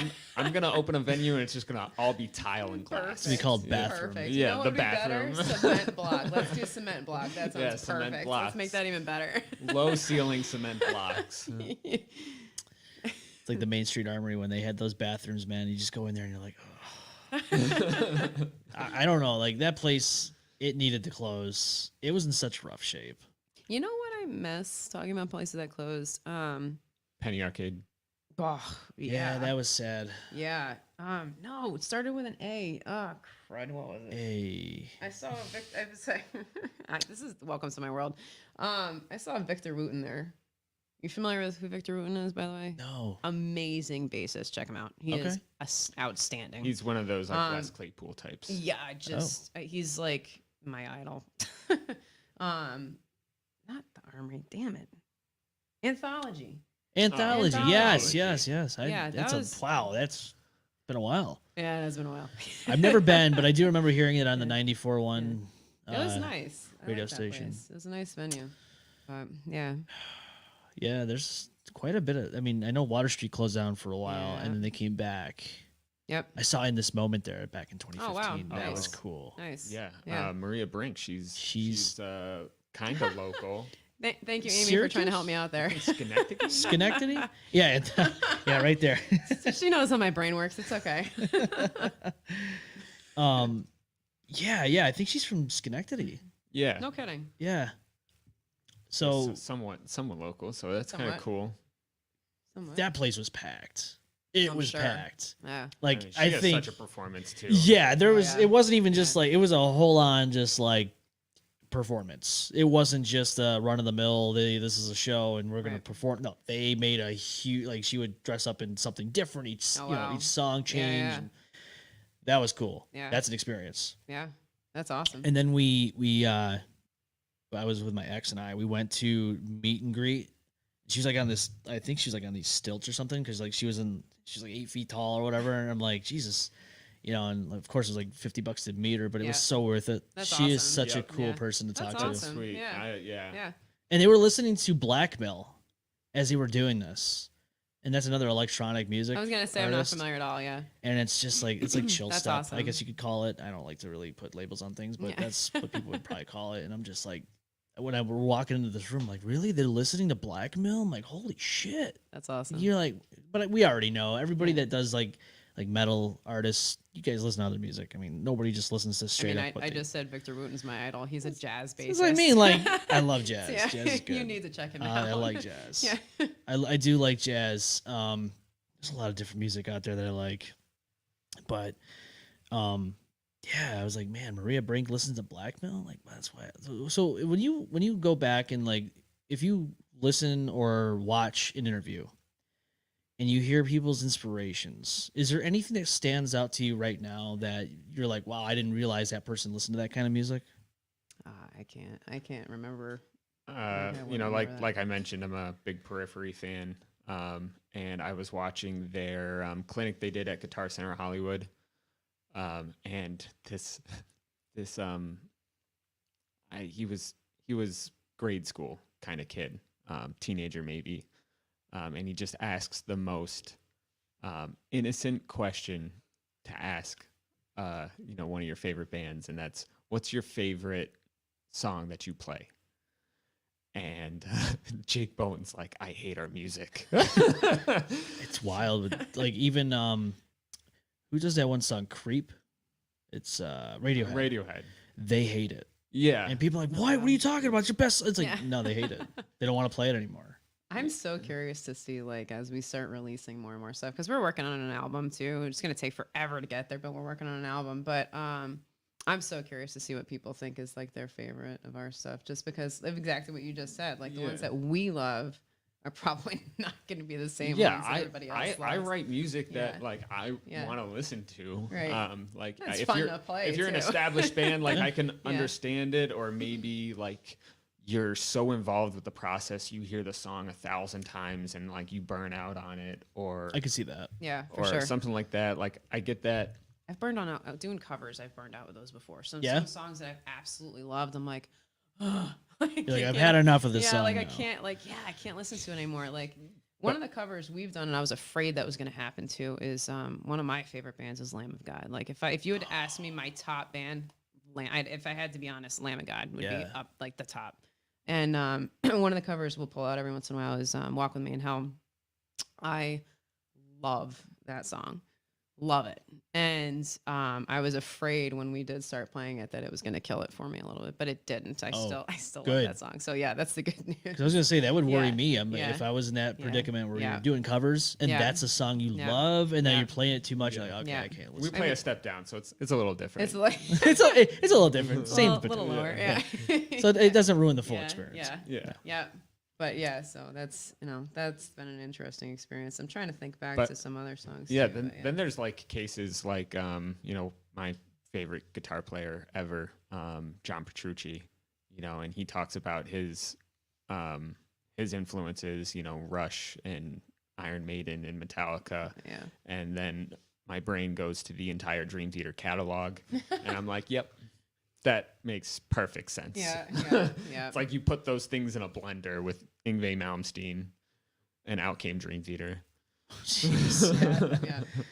That's funny because like I think back to like where I was as a bassist back in like 2002, and my heavy influences then have nothing to do with my influences. Really? Now. Yeah. It's Well, I shouldn't say that. So back then, Korn was a bit like I loved Korn. That was like one of my big ones. Again, 2002, right? yeah, So, exactly. Yeah. New metal back then. you know. Right. So System of a Down. Fieldy had from the bassist from Korn had like such a unique style. He's very tappy with how he plays. He's bouncing those strings off the frets constantly. So that's if you like watch how I play, I'm actually super tappy with how I play, and it's totally from that. Because that's like when I learned to play. See, it goes based on it's So, back to yeah. that inspiration. Yeah. You know. Yeah. That's so cool. I now, like seeing that. Would I say that's my inspiration now? No, but you know, because now we're in a totally different place. Now the stuff that we play is so intricate and so complex, and now I'm looking at things like Periphery. You know, my inspiration, Lamb of God. I can't throw Lamb of God out. That's absolutely my inspiration. Still is. huh? But yeah, no, anything that's like intricate, complex. Victor Wound's an inspiration for me. I was learning slap pop bass years ago, many years ago now, and I met Victor Wound, and I was having a hard time, and I asked him, and it was awesome meeting him, by the way. But he was like, "Don't worry about the technique, just make the sound," and it just opened up a world for me. Wow. So it doesn't even. I know what noise I want to make, and that's what I do. That's what you do. And now I use it all the time in our stuff. Like I think every song we've written has slap pop in there somewhere, not intentionally. It's just like what's come out. And now we have to make room for it. Now we're like, okay, no, it where doesn't are we have gonna to be there.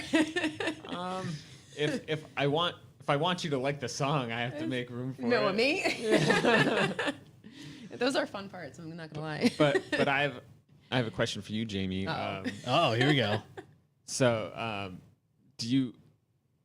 are there parts of our music that you hear Lamb of God inspiration? Like to you? Every time I talk to you about that solid breakdown. Every time. Oh, and the thread of life. Every time. Any That song. one? Every time I'm like, where's the Oh, breakdown you gotta set? have like the like laid to Yeah. rest kind of thing. Like that. See, give some fuck. Yes. Yes. Yes. Yeah. Oh my God. Yes. Absolutely. I picture that wall. I want to see that. The wall. Oh my Wall of God. Death? So the first show we played actually as a band was at Montage. My God, it was January 4th. It was my daughter's birthday. Wow. Yeah. Last year, right? This year. This past year. It was this year. Holy This cow. January 4th. So, that's probably the best crowd I think we've ever had because they had a pit going. Oh, It was awesome. That's what you want to see. Yeah. Yes. You want to see chaos when you're on stage. It was amazing. Playing music, and you want to see Yes. people just go at each other's throats. Oh, it was and what was great was our singer Adam jumped off stage and was in the pit, still singing, came back up on stage, and he did that like 3 or 4 times. Yeah. I swear to God, every time I turned around, he was running behind me again and jumped off stage again. It was awesome. Dodging elbows, But karate that's it. kicks. He did get KO'd at one point. Well, Somebody picked him up. It was good. Yeah. It's gonna happen from time to time. And that was But, metal at the Montage. Was That it? was Wow. so Yeah, so yeah, we had yeah. a 45-minute set. We were on Holy the shit. drum riser. It was that was it was a more fun metal show. at the Montage. That was, that I was mean, a fun show. not that I'm knocking the national shows. No, I mean, not at all. I No. love the Yeah. opportunity to play with Yeah. big bands, but just local music only with that kind of crowd. It was great. It's so much fun meeting the other bands too. Like one of the things that I do at shows is like I get to know some of the other bands and make friends with them. I'm giggling about all the things I'm seeing pop up there too. Pepper Juice says, one time? No, every time.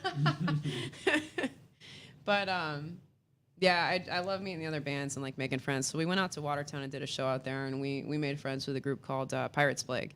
Those guys are awesome. You saw them at Podfest. I did. When Randy was like, for the guy that owns Montage, was like, hey, we need another band. I was like, I know one. Let me get a hold of them, and we brought them in. And those guys are awesome. Those guys killed it. They did. fucking Yeah, did. they did. Yep, Yeah, especially absolutely. for a 3-piece. That's hard. Yeah, I could imagine. Yeah. I could imagine that being hard, just because when you see a band, normally it was typically what, 4 or 5? yeah, typically. Yeah. 3 is, I think you're kind of going close to the chest with that. Yeah, They're actually about to release an EP too. Really? Yeah. Yeah, they just did a music video. That's cool. Yeah, I keep an eye on them. We might be doing some shows with them coming up in the future, out their way actually. But yeah, so we made friends with those, and then the guys Mythoria, which I don't know if you're familiar with them. They're from Rome. Okay. Rome, New York. No, I'm not familiar We've with done them. a couple shows with them. They do a lot of shows in the area. I think they've one coming up in Montage as well. It's another metal. They have a Halloween release coming up. To give them a shout out. Nice. Mythoria.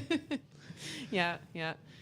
But it's always fun meeting those bands and making friends with them, just making those connections. And then, like you were saying before, that family aspect, like you know, everybody's there for the same reason, kind of a thing. It's literally community when you go to these shows, and that's the way it should be. Yeah, you absolutely. know, it's just when you go there and you just realize that you're all human beings there for one reason, and it's just to jam out to the same music that you all enjoy, and you're like, this is the human aspect.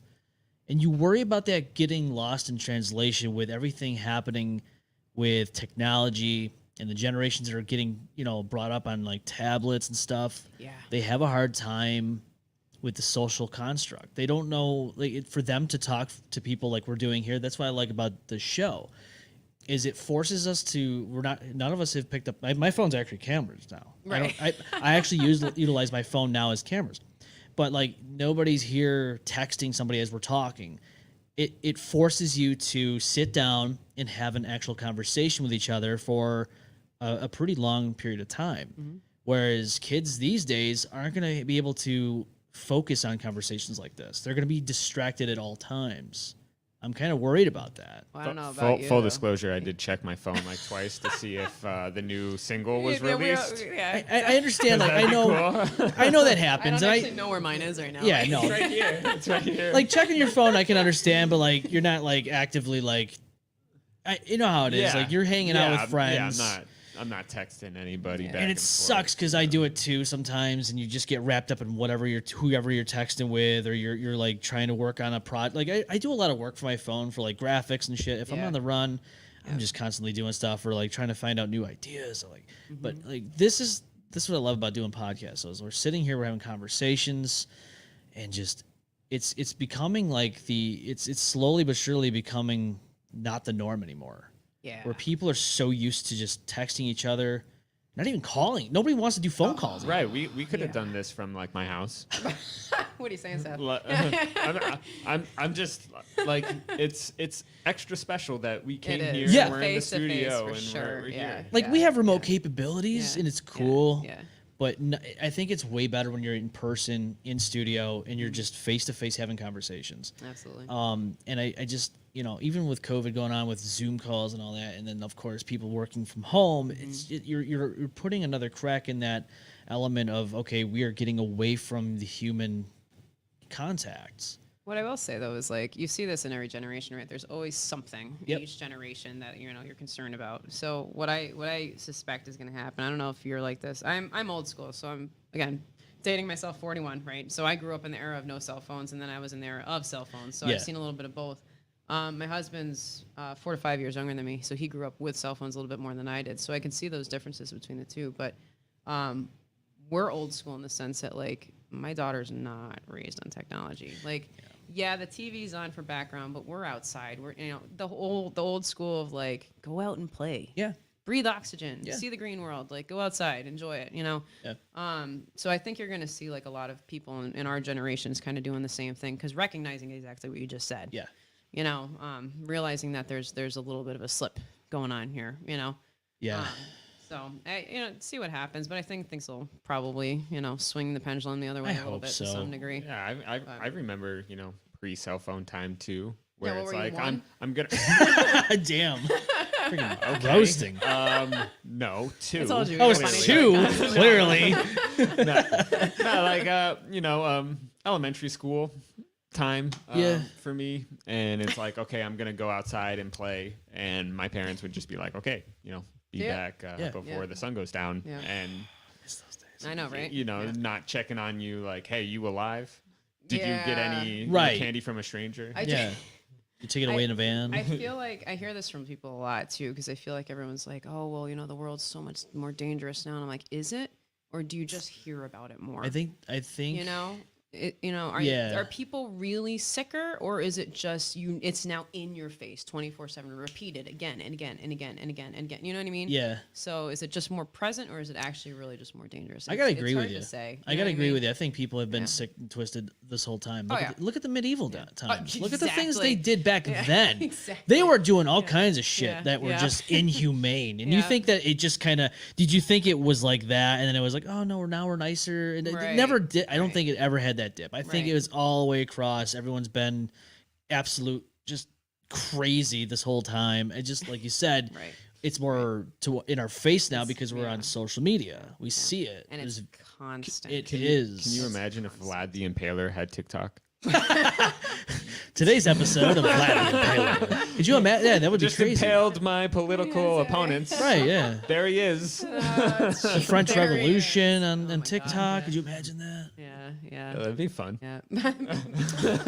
Somebody would think so. Yeah. It's just, I really do believe that just mankind has always been just batshit crazy. But unfortunately, with just everything in the palm of our hand, we see it more. People, a little old lady gets beat up on a subway in New York City. People whip out their phones, don't help her. They video it, TikTok. Right. That's crazy. Yeah, it is crazy. Yeah, that's crazy. Whenever I see somebody pull the phone out first, I'm like, holy cow. That's like the last thing on my mind. Yeah. Which is probably a bad thing, but that's the last thing on my mind. Have you ever been like at a red light or something like that? And like, and this is going to sound super specific, but this hasn't happened to me. But have you ever been like at a red light, like rocking out in your car? Like, I'm an amazing singer in my car, let me tell you. Yeah. I'm just playing bass. And then you see someone's phone pointed at you. I have not, thank God, seen that I yet. have heard a lot of stories of that happening to people. It hasn't happened to me yet, but it's only a matter of time. I did see a video of this girl doing something like that on TikTok, and then there was like another perspective of somebody filming them, and then she looked over and was like embarrassed. Is that what you're talking about? Something like that? Yeah, something like that. I think I saw one recently that was like that. That was like, so if you see me on TikTok, this is what I was doing. I feel like this might happen to you soon now. Yeah, someone's gonna look at this. I'm summoning it into existence. You are. Yep. No, I'm not doing much. I'm just doing this in the steering wheel typically. Yeah. Like just learning. I am full concert performance. Just everything. Drums. Yeah. You're Tame Impala in that car. Yeah. He plays all the fucking instruments. Nobody even realizes this, but like when he goes on tour, he's got people that play the other instruments, but he is one man band. He does it all. That's amazing. It is crazy. I am both Robert Plant and Jimmy Page. Yeah, you have to. Yeah. I was actually, you bring up another interesting point. I was just thinking the other day, like how, like you play, you're obviously our guitarist, but you also play drums. Mm-hmm. We actually originally picked up, I'm going to call you out on this one. Oh. We actually originally picked up Seth because we were looking for a singer. Oh. Yeah, oops. And it didn't happen. and he just kind of became a guitarist, which was fine. I did say something about that early on. I don't remember that far back. Okay.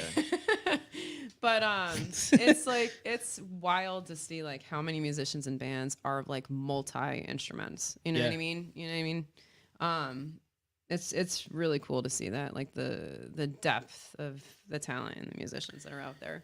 Yeah, I always wondered that. Like, you see people that are on vocals now, but like, did they start on vocals? Did they start with guitar? Like, you don't know. Well, even Adam plays. I was Adam gonna plays say cooler. Adam's a guitarist too. Yeah, he doesn't play guitars with us, but he's a guitarist as well. That's our singer. When I see somebody on stage with a guitar and they're singing, I'm like, that blows me away. Because like, how do you keep that?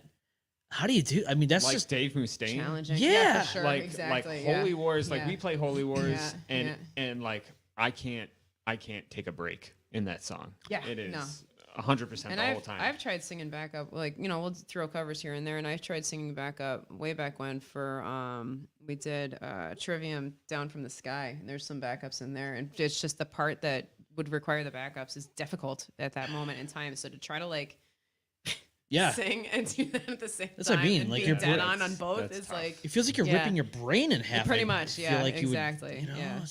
To me, that's just it's impressive. Tough. Yeah. You really have to be in tune with everything at that point in time in order to do that. Yeah, for sure. Yeah, it's not easy.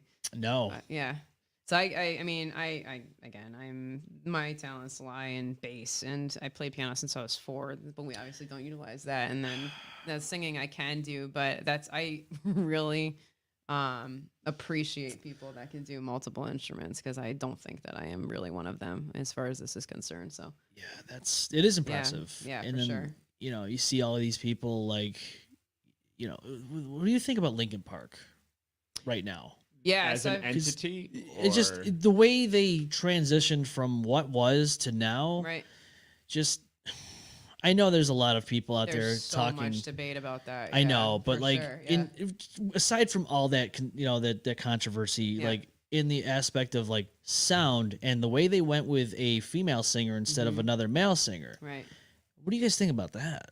I mean, me personally, like, it doesn't matter to me. I don't care. You know what I mean? yeah. But I support it. yeah, I support it. I was never like diehard Linkin neither Park. was I. No. I actually, Yeah. one of my colleagues is a diehard Linkin Park person. I was talking to her about this not long ago, actually, and I was picking her brain about it. I hadn't heard the new Linkin Park yet. What I will say is she's actually pretty good. Yeah, I mean, yeah. the one track they had that they had recorded, I listened to it and I'm like, you know what? It's not bad. Yeah, it's not. It's not. I can see where like the diehards would really have a hard time with it. And what my colleague told me too was, you know, where I think they got caught up was, you know, they pick up this singer and release this and go on tour in the same month of suicide awareness. Like Yeah. right on the coattails of what was going on. You know what I mean? So I think like their timing maybe wasn't the best. It's a game. Yeah. You know, so yeah, very much so. And from their perspective, and I talked to her about this too, being a musician, she's like, well, why don't they just call themselves a new band? And I'm like, they probably want to play the old stuff too. Yeah. Like that would be like us. Like we love the stuff that we're playing right now.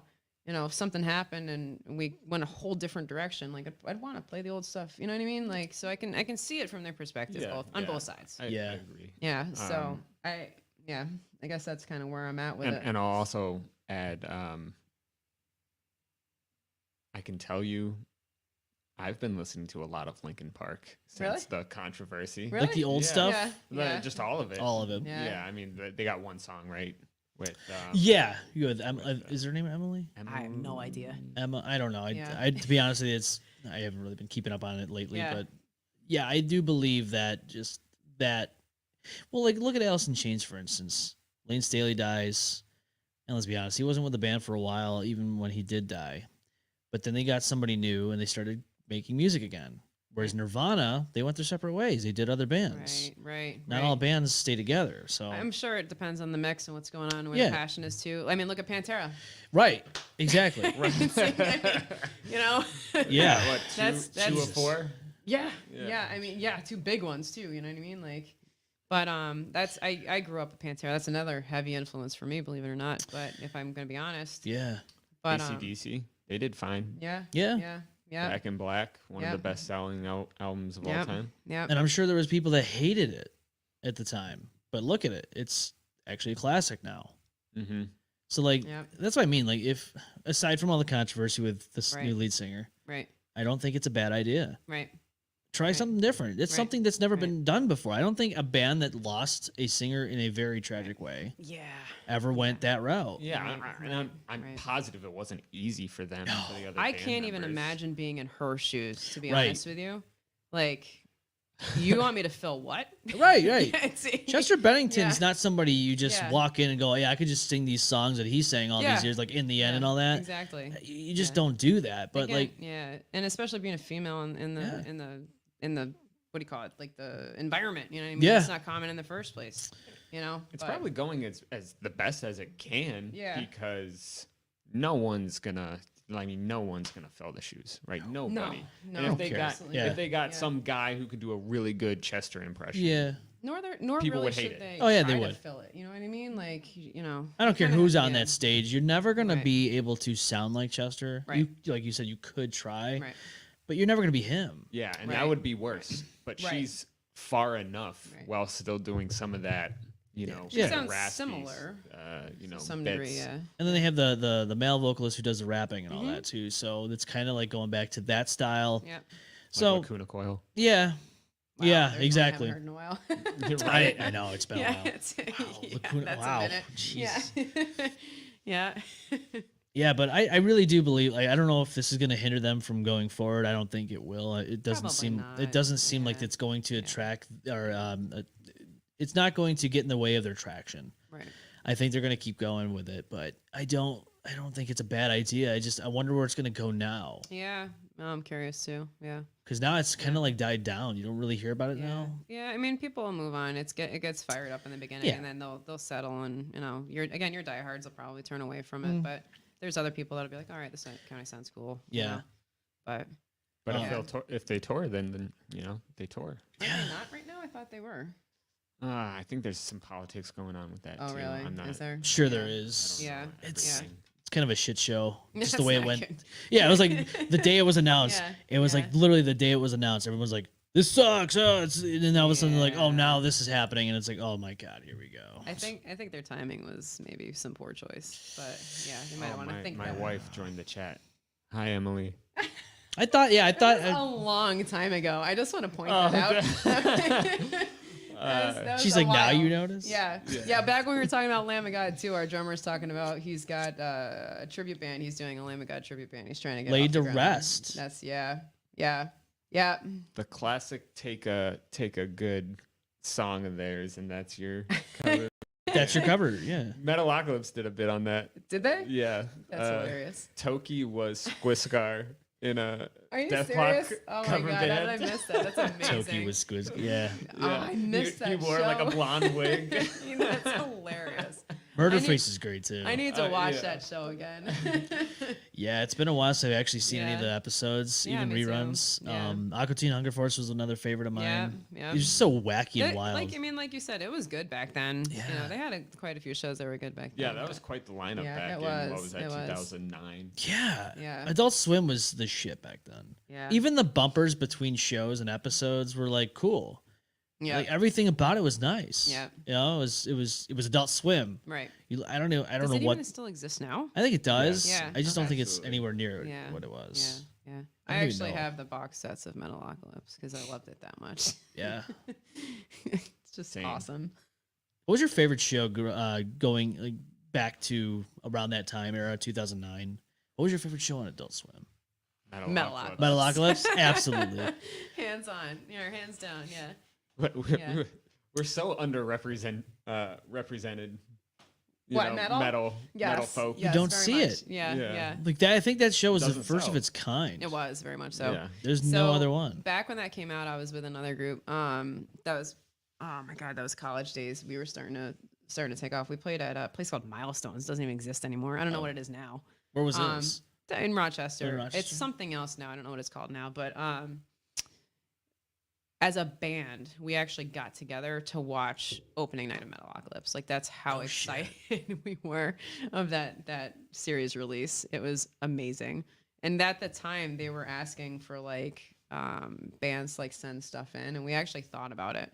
Yeah. We didn't obviously, but we really thought about it. But we were super excited about that show. Man. It was amazing. Absolutely amazing. That's one of those like I remember where I was moments when that show came out. Yeah. So yeah, it was pretty awesome. I wish that would come back. I agree. Yeah. Todd says Home Movies was one of the best Adult Swim shows. Oh, yeah. Oh, Amy's telling me Flower City is what it's called now. Flower That's the City? old Milestones. Thanks, Amy. Oh yeah, I think I've heard of that. Flower City. Flower like bread flower city. Red flower, yeah. Yeah, I would have spelled that wrong. Not like lilacs. Lilacs. Yeah. I don't Lilac. think I think I walked past it one day. I don't think it's changed much. No? But, yeah. I haven't been in there, but John says I had asked Jamie if she would like to do this tribute. She is an amazing bassist. thanks, John. I would have loved to, but I have a 3.5-year-old at home. There's only so much projects So, you can yeah, work on. Exactly. That's it. And again, I still play ice hockey. I'm into way too many things. So.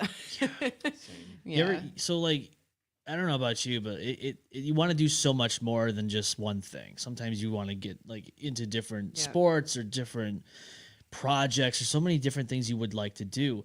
Do you find it to be very difficult to keep a hold and control of all those things at once? I mean, being someone that literally does a million different things, yeah, absolutely. It's tough. Yeah, it's pretty much like trades on and off. So like I'm a huge hiker. Actually, the reason this whole band started came from me coming back off trail. So I hiked the Appalachian Trail in like 2016, 2017. Oh shit. How was that? Amazing. It's absolutely amazing. But you know what's hilarious? And this is gonna sound so stupid, but I missed playing bass guitar when I was on trail. Really? Like, yeah. So I stopped at a buddy of mine's house, oh God, in Pennsylvania, and yeah, I just stayed like the weekend with them, and I went down and he was showing me his guitars in his basement. He had a bass. I was like, oh, and I picked up the bass and just broke out into, I think it was like a Metallica song. I like didn't actually remember what I was playing. My hands remembered it, but I didn't.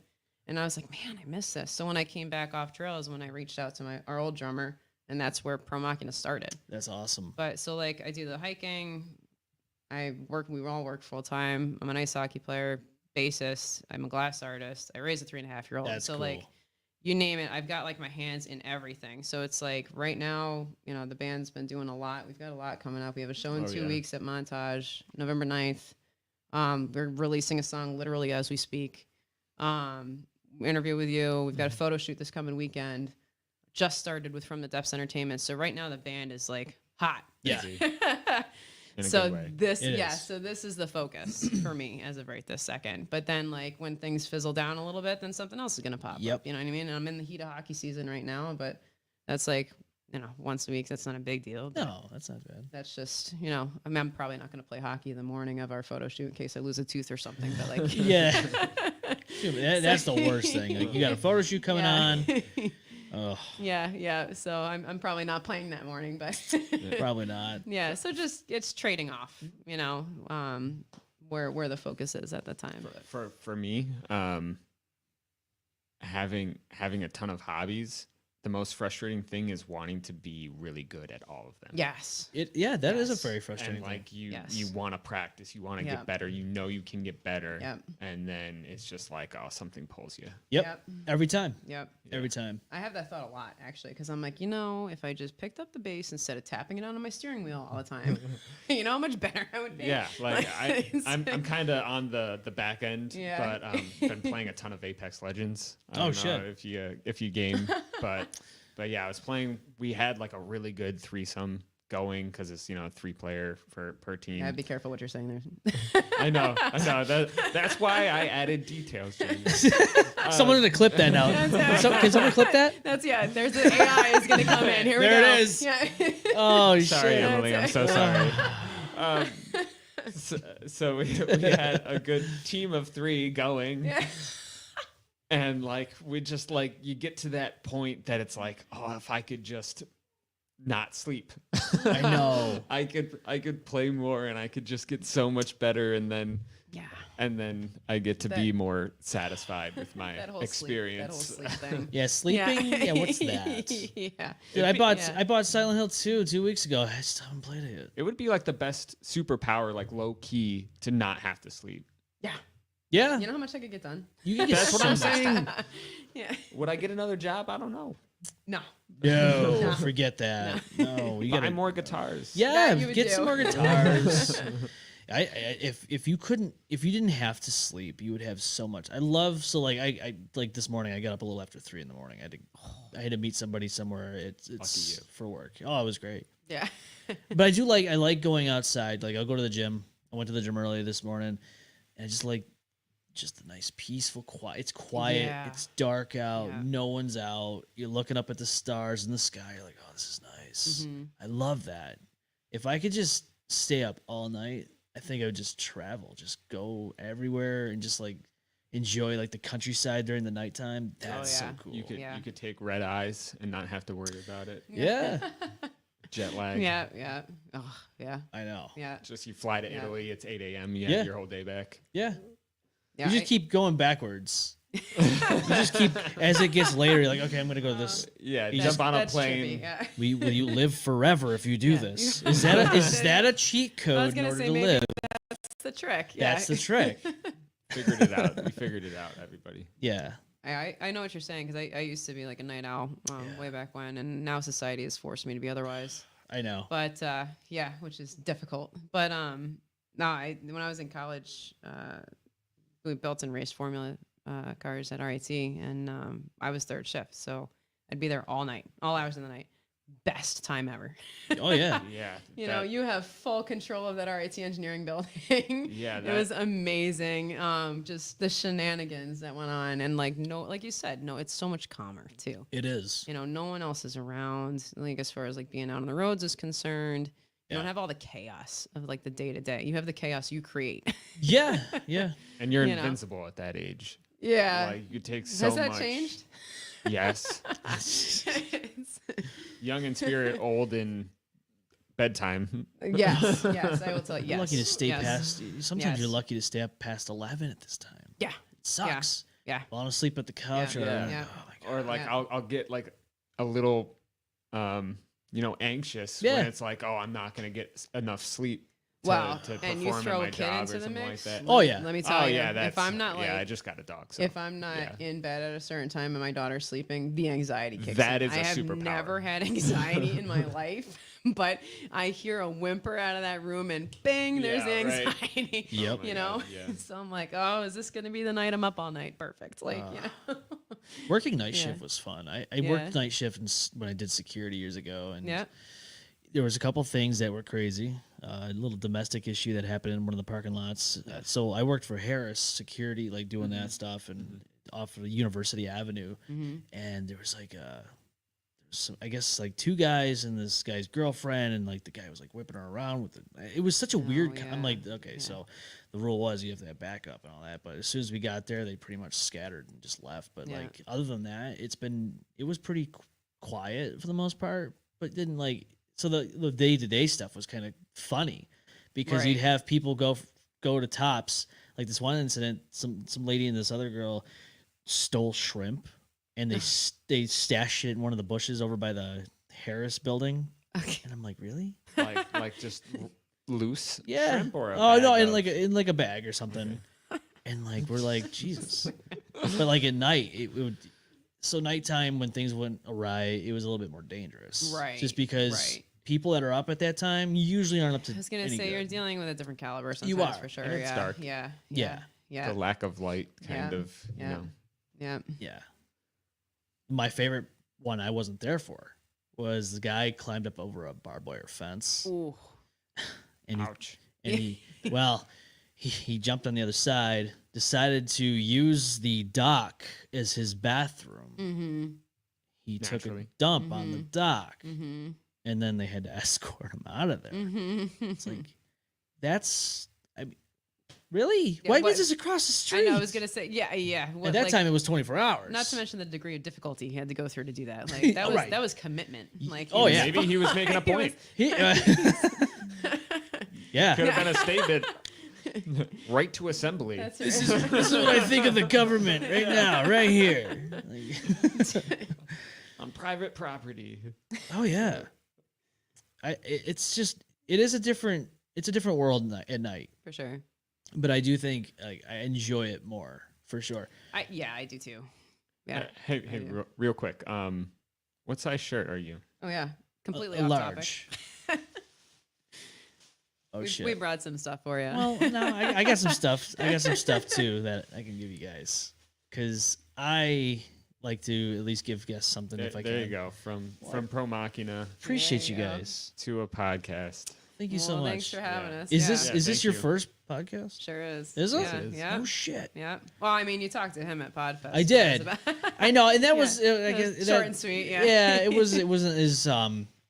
wasn't as long form and just this deep into it. You know what I mean? Unfortunately, we had to just kind of like it was almost a here, come talk real quick, and Yeah.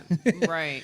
which Yeah, I think it shows I have kind of a unapproachable vibe sometimes, just because I'm like, the way I am. But we have a girl bassist. That's, and oh it yeah. helps. Token female here. I'll help you out. yeah, So it's nice to have some of this humanity. it is. It's not just music.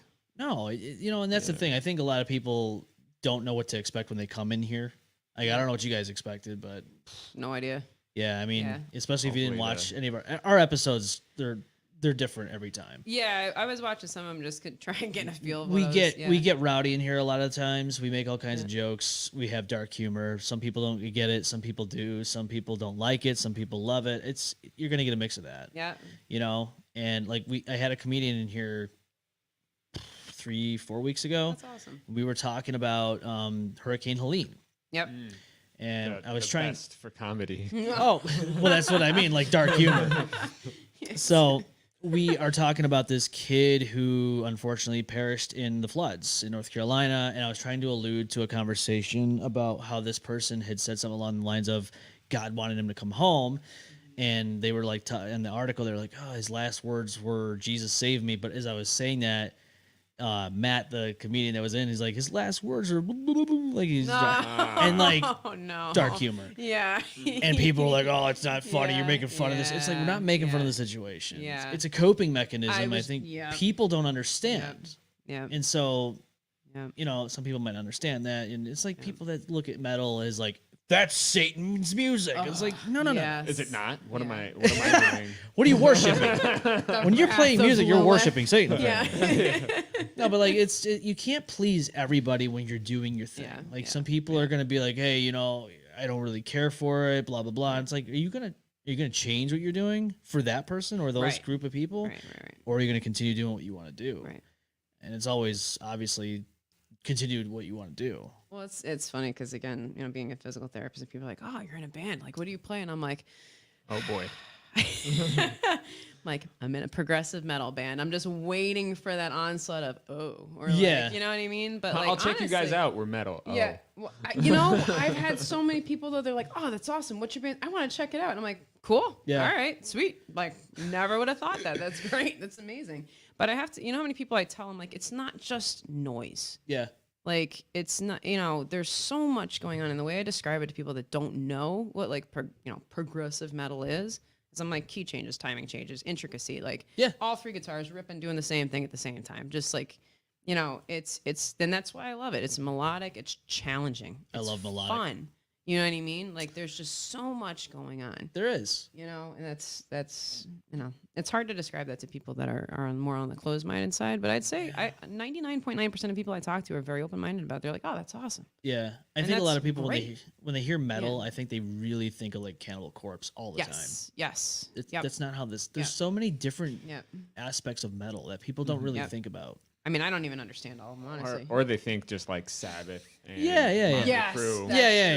That's the Iron Maiden. That's the other side of the coin. It doesn't go as deep as the rabbit hole actually goes. Yeah, so like when we're talking about it too, and we talk about different genres, and you guys are like, yeah, we're really heavy. I'm like, I'm thinking no, because I'm thinking of Cannibal Corpse. You know what I mean? Right. And I'm like, we're not that heavy, but Dying Fetus, all those things. Right, but if you're comparing it to, like, you know, I'm not even sure what you would classify metal. I mean, my favorite, bringing back Linkin Park again. Yeah. Oh, you listen to metal? I love Linkin Park. I'm like, okay. That's not metal, but okay. I'm like, yeah, okay, cool. I'm on a little bit of a different spectrum than that, right. But you know, so yeah, it's interesting to hear what people identify. Slipknot got away with it. Yeah. You know, 2 platinum albums right out the gate. Yeah. Or 3 maybe. I don't know how Volume 3 did, but I have no idea. Yeah, they were hugely popular, and they had the aggressive vocals. Yeah. System of a Down, you know. Yeah. It wasn't necessarily the growling, but Serge Tankian definitely has a very unique vocal style, and they got away with it. Yeah. So it's not impossible. No. I mean, I think all you gotta say is Iron Maiden. Iron Maiden. Like, they are all across the globe. Yeah, well, you know what I mean? Like Bruce Dickinson is very operatic, right? Yeah. But it's still singing. Yes. Yeah, true. it is. Fair enough. Very much so. I'll give you that. Yeah. I'll give you that. Whereas Slipknot, not so much singing. Yeah, not all the time. Not all the time. There was songs where he's I love their old stuff. He has a I do too. great That's singing voice. the other thing when we're talking about, like, the break. I forget how even this came up anymore, but the break it down points, when I'm like, we need that good breakdown, I think of sex every single time. Spit it out. Spit it out. Spit it out. Spit it out. That's the one. So, clearly, he keeps me grounded. You need that. You need somebody to have the voice of reason, right? Andrea's our voice of reason. Or just interprets what's going on up here. You need to keep the Slipknot references accurate. Yes, spit it out. Well, at least amazing. At least I have musicians in the studio right now that know who Slipknot is. Not that, it's happened in the past, believe it or not. But I mean, other than that, Yeah, there's so many different metal bands out there. There's so many different genres. And again, like you tell somebody, yeah, I'm in a band, metal band. Of course, their minds, it's all about perception. Yeah. It really is. Like some people they just don't see metal as we see it. Right. You know, if you're a fan or in a band of metal, you see it differently. Yep. You know, you tell 85-year-old Mildred that you're in a band, it's metal, she's automatically classifying you as a Satanist. I've had people that age that are like, I want to hear you because Really? I like that music. That's and I'm like, that's awesome. amazing. That's dope. I love hearing Yes. that. I love hearing that. Yes, it's amazing. Maybe we should talk to different people because I do not have that experience. I Throw see 'em a in the wide pit. range too, though. Yeah, there you go. Let's get her out there in the pit. That's amazing. Grandma's gonna show him how it's done. Walker, wheelchair, and cane, and all. Perfect. All of it. Yeah, I think metal's a musician's genre. Yeah. I think that's part of it. Like that's how I got into it. It's like I like good guitar playing. And Yeah. these That's the guys thing, are the yeah. best. Yeah, exactly. Same with the bass too. Like, I get bored in like basic kind of stuff. I'll actually I can't like going back to like high school, so quite a while ago. The band I was in back there, we helped me and my drummer helped out another girl, and I can't remember what she played, but the bass was like the same 3 notes over and over and over and over and over and over and over for like the whole song. Ooh. And there was like maybe one change here and there, and I like got lost. Yeah. I like couldn't play because it was just too easy. It was You're like too this simple. this is easy. And I was like bored. So that's what pulled me towards metal, is just like that, you know, the bass is doing something. It's not just a dom dom dom. Like there's something going on. Yeah. You're contributing, you know, you're adding to it. You're adding depth, you're adding percussion, you're adding something. You know, I don't need to be the spotlight. I don't want to be the spotlight. But you know, you're at least, you know, it matters if you're not there, you know. So. Yeah, I've always described bass as like alcohol at a party. It's like you expect it to be there. It adds a certain element to the party. Yeah. And if it disappeared, everyone would notice. Oh yeah, that's I really wild. do. Yeah, I do believe that. I think people don't realize how important bass plays a role in each song. Like if you take away bass and you listen to the song, you would automatically notice. You're like, okay, something's missing. Yeah. But like I think people really just kind of get lost in it, and they tend to sometimes forget about how important it is. Yeah. Yeah. Absolutely. Everybody loves a guitarist. No pressure, Seth. No pressure. It's okay. Still waiting. I'm okay with that though, by the way. Yeah. Oh yeah. Yeah. I joke around with people. I tell people I'm a bassist because I don't like to be the center of attention. To be honest, neither do I, except in Thought Deprived. Yeah. Yeah. Okay. I just love that last. You one. love that one. I soak it in as much as I can. Well, I mean, where can everyone find PROMACHINA? Where is everybody looking for you guys? So Facebook, Instagram. Now, like I said, we're working with From the Depths Entertainment, so they blast us out through all sorts of different, mostly Spotify, I think, and they share us on Facebook and Instagram as well. But we have a website with them too now. That's awesome. Yeah. It's been awesome kind of working with them. We've only been with them for a few weeks now, I think. Not even a week. Really? Clearly, I have no concept maybe of time. Sometimes it happens. Happens to the best of us. A week Thursday, I think. Okay. So they've done a lot for us already then, because they've really been putting us out there, which is awesome. But that's good. Yeah. So Facebook and Instagram are the 2 big ones. Any streaming. Yeah. Anything. Spotify. Listen to the songs. YouTube. Anything and everything. That's the core of the content, and then you can definitely find us November 9th at the Montage. Yeah. Yeah, go check them out live. If you're in the Rochester area or surrounding areas and you can get to Montage, check these guys out. Yeah. They're gonna be playing live for you, so I wouldn't miss it. I wouldn't miss it. It's gonna be a good show. I know I didn't really get to see you guys up close in person. I was there. I got to hear you guys play. Right. It was good, and I got to see you through a screen. But no, you guys have been awesome, and it's greatly appreciated that you guys are doing this. And I know that a lot of musicians here in the area probably hear that a lot, but it really is appreciated. Because music brings people together, as we talked about community. It really does. And whether it be metal or just playing rock or whatever the case may be, music is like the staple of humanity. If you look at it, people rejoice in music. Yeah. And so when you're out there making music, you're out there playing music live, that's huge. And, you know, I guess I could say this on behalf of everybody that's listened to you guys or seen you guys play. Thank you. No, yeah. Well, I mean, thank you to everyone that's listening. Like I said, we love playing to people. Yeah. You know what I mean? That's our thing. I love the feedback from the crowd. I love seeing that energy. Yeah. You know, that's for me probably like the biggest thing. Yeah. You know, so it is huge. Yeah. So we appreciate everybody that takes that time. And like, I know being a starting out band, like, you know, our friends and family are absolutely like our staples. So they donate a lot of time and funds to try to like be there and support us, which is also awesome. Mm-hmm. That's important. So it's nice. It's nice to have everybody, you know, come out to those shows and listen in, and thank you for having us come out too. Absolutely. You know what I mean? Like, no, this has been a blast. Yeah, I hope you guys come on again. Yeah. Hopefully I didn't sure. scare you off too Not hard. at all. No, this was a ton of fun, and thank you so much. No, I think you guys are right on the same plane as us anyway. So. Yeah. No, I really do believe that. Yeah. It's always a blast to talk to different people and just get like different experiences and just to have that conversation of like where you guys have been, where you guys came from, how you guys are doing, and like what you're going to do in the future. So, you know, having these conversations are always important. Yeah. So yeah, we have a lot of exciting things coming up, so we're excited about it. And like I was saying before, just one foot in front of the other, just going to the next thing and trying to do more shows and get out there. Stay tuned. Stay tuned. Yeah, definitely. Yeah, new release coming in any minute now. Any minutes. Yeah, it's going to be called Traumatized, so search it up. And it's the heaviest, lowest tuned, most song that we've done. It's a good one. So it's a good one. Looking forward to it. Yeah. Keep your eyes and ears peeled for that one because it's coming out like literally soon, like Whenever today. it gets Let me released. check right now. Yeah. Check it. Make Yeah. sure people see it. Got some comments here while we. John says we hope you are coming, and Amy says I need a ticket. You got it, Amy. Yeah. Nothing yet except the album art is now our profile picture. Oh, So at least that's a start. It's coming. it's on its way. When the powers that be that releases kind of stuff, you know, dictate, then that's when it'll be out there. So, Yeah.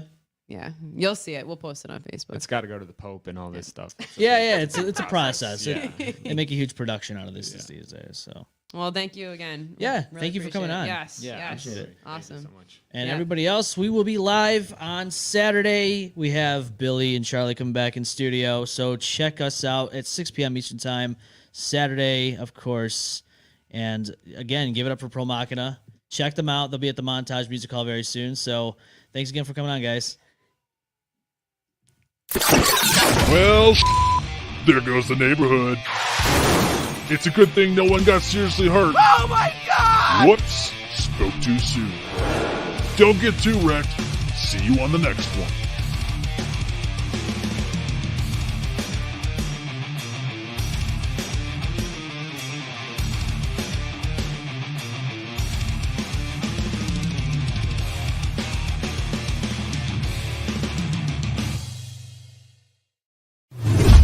The M-Balm Effect.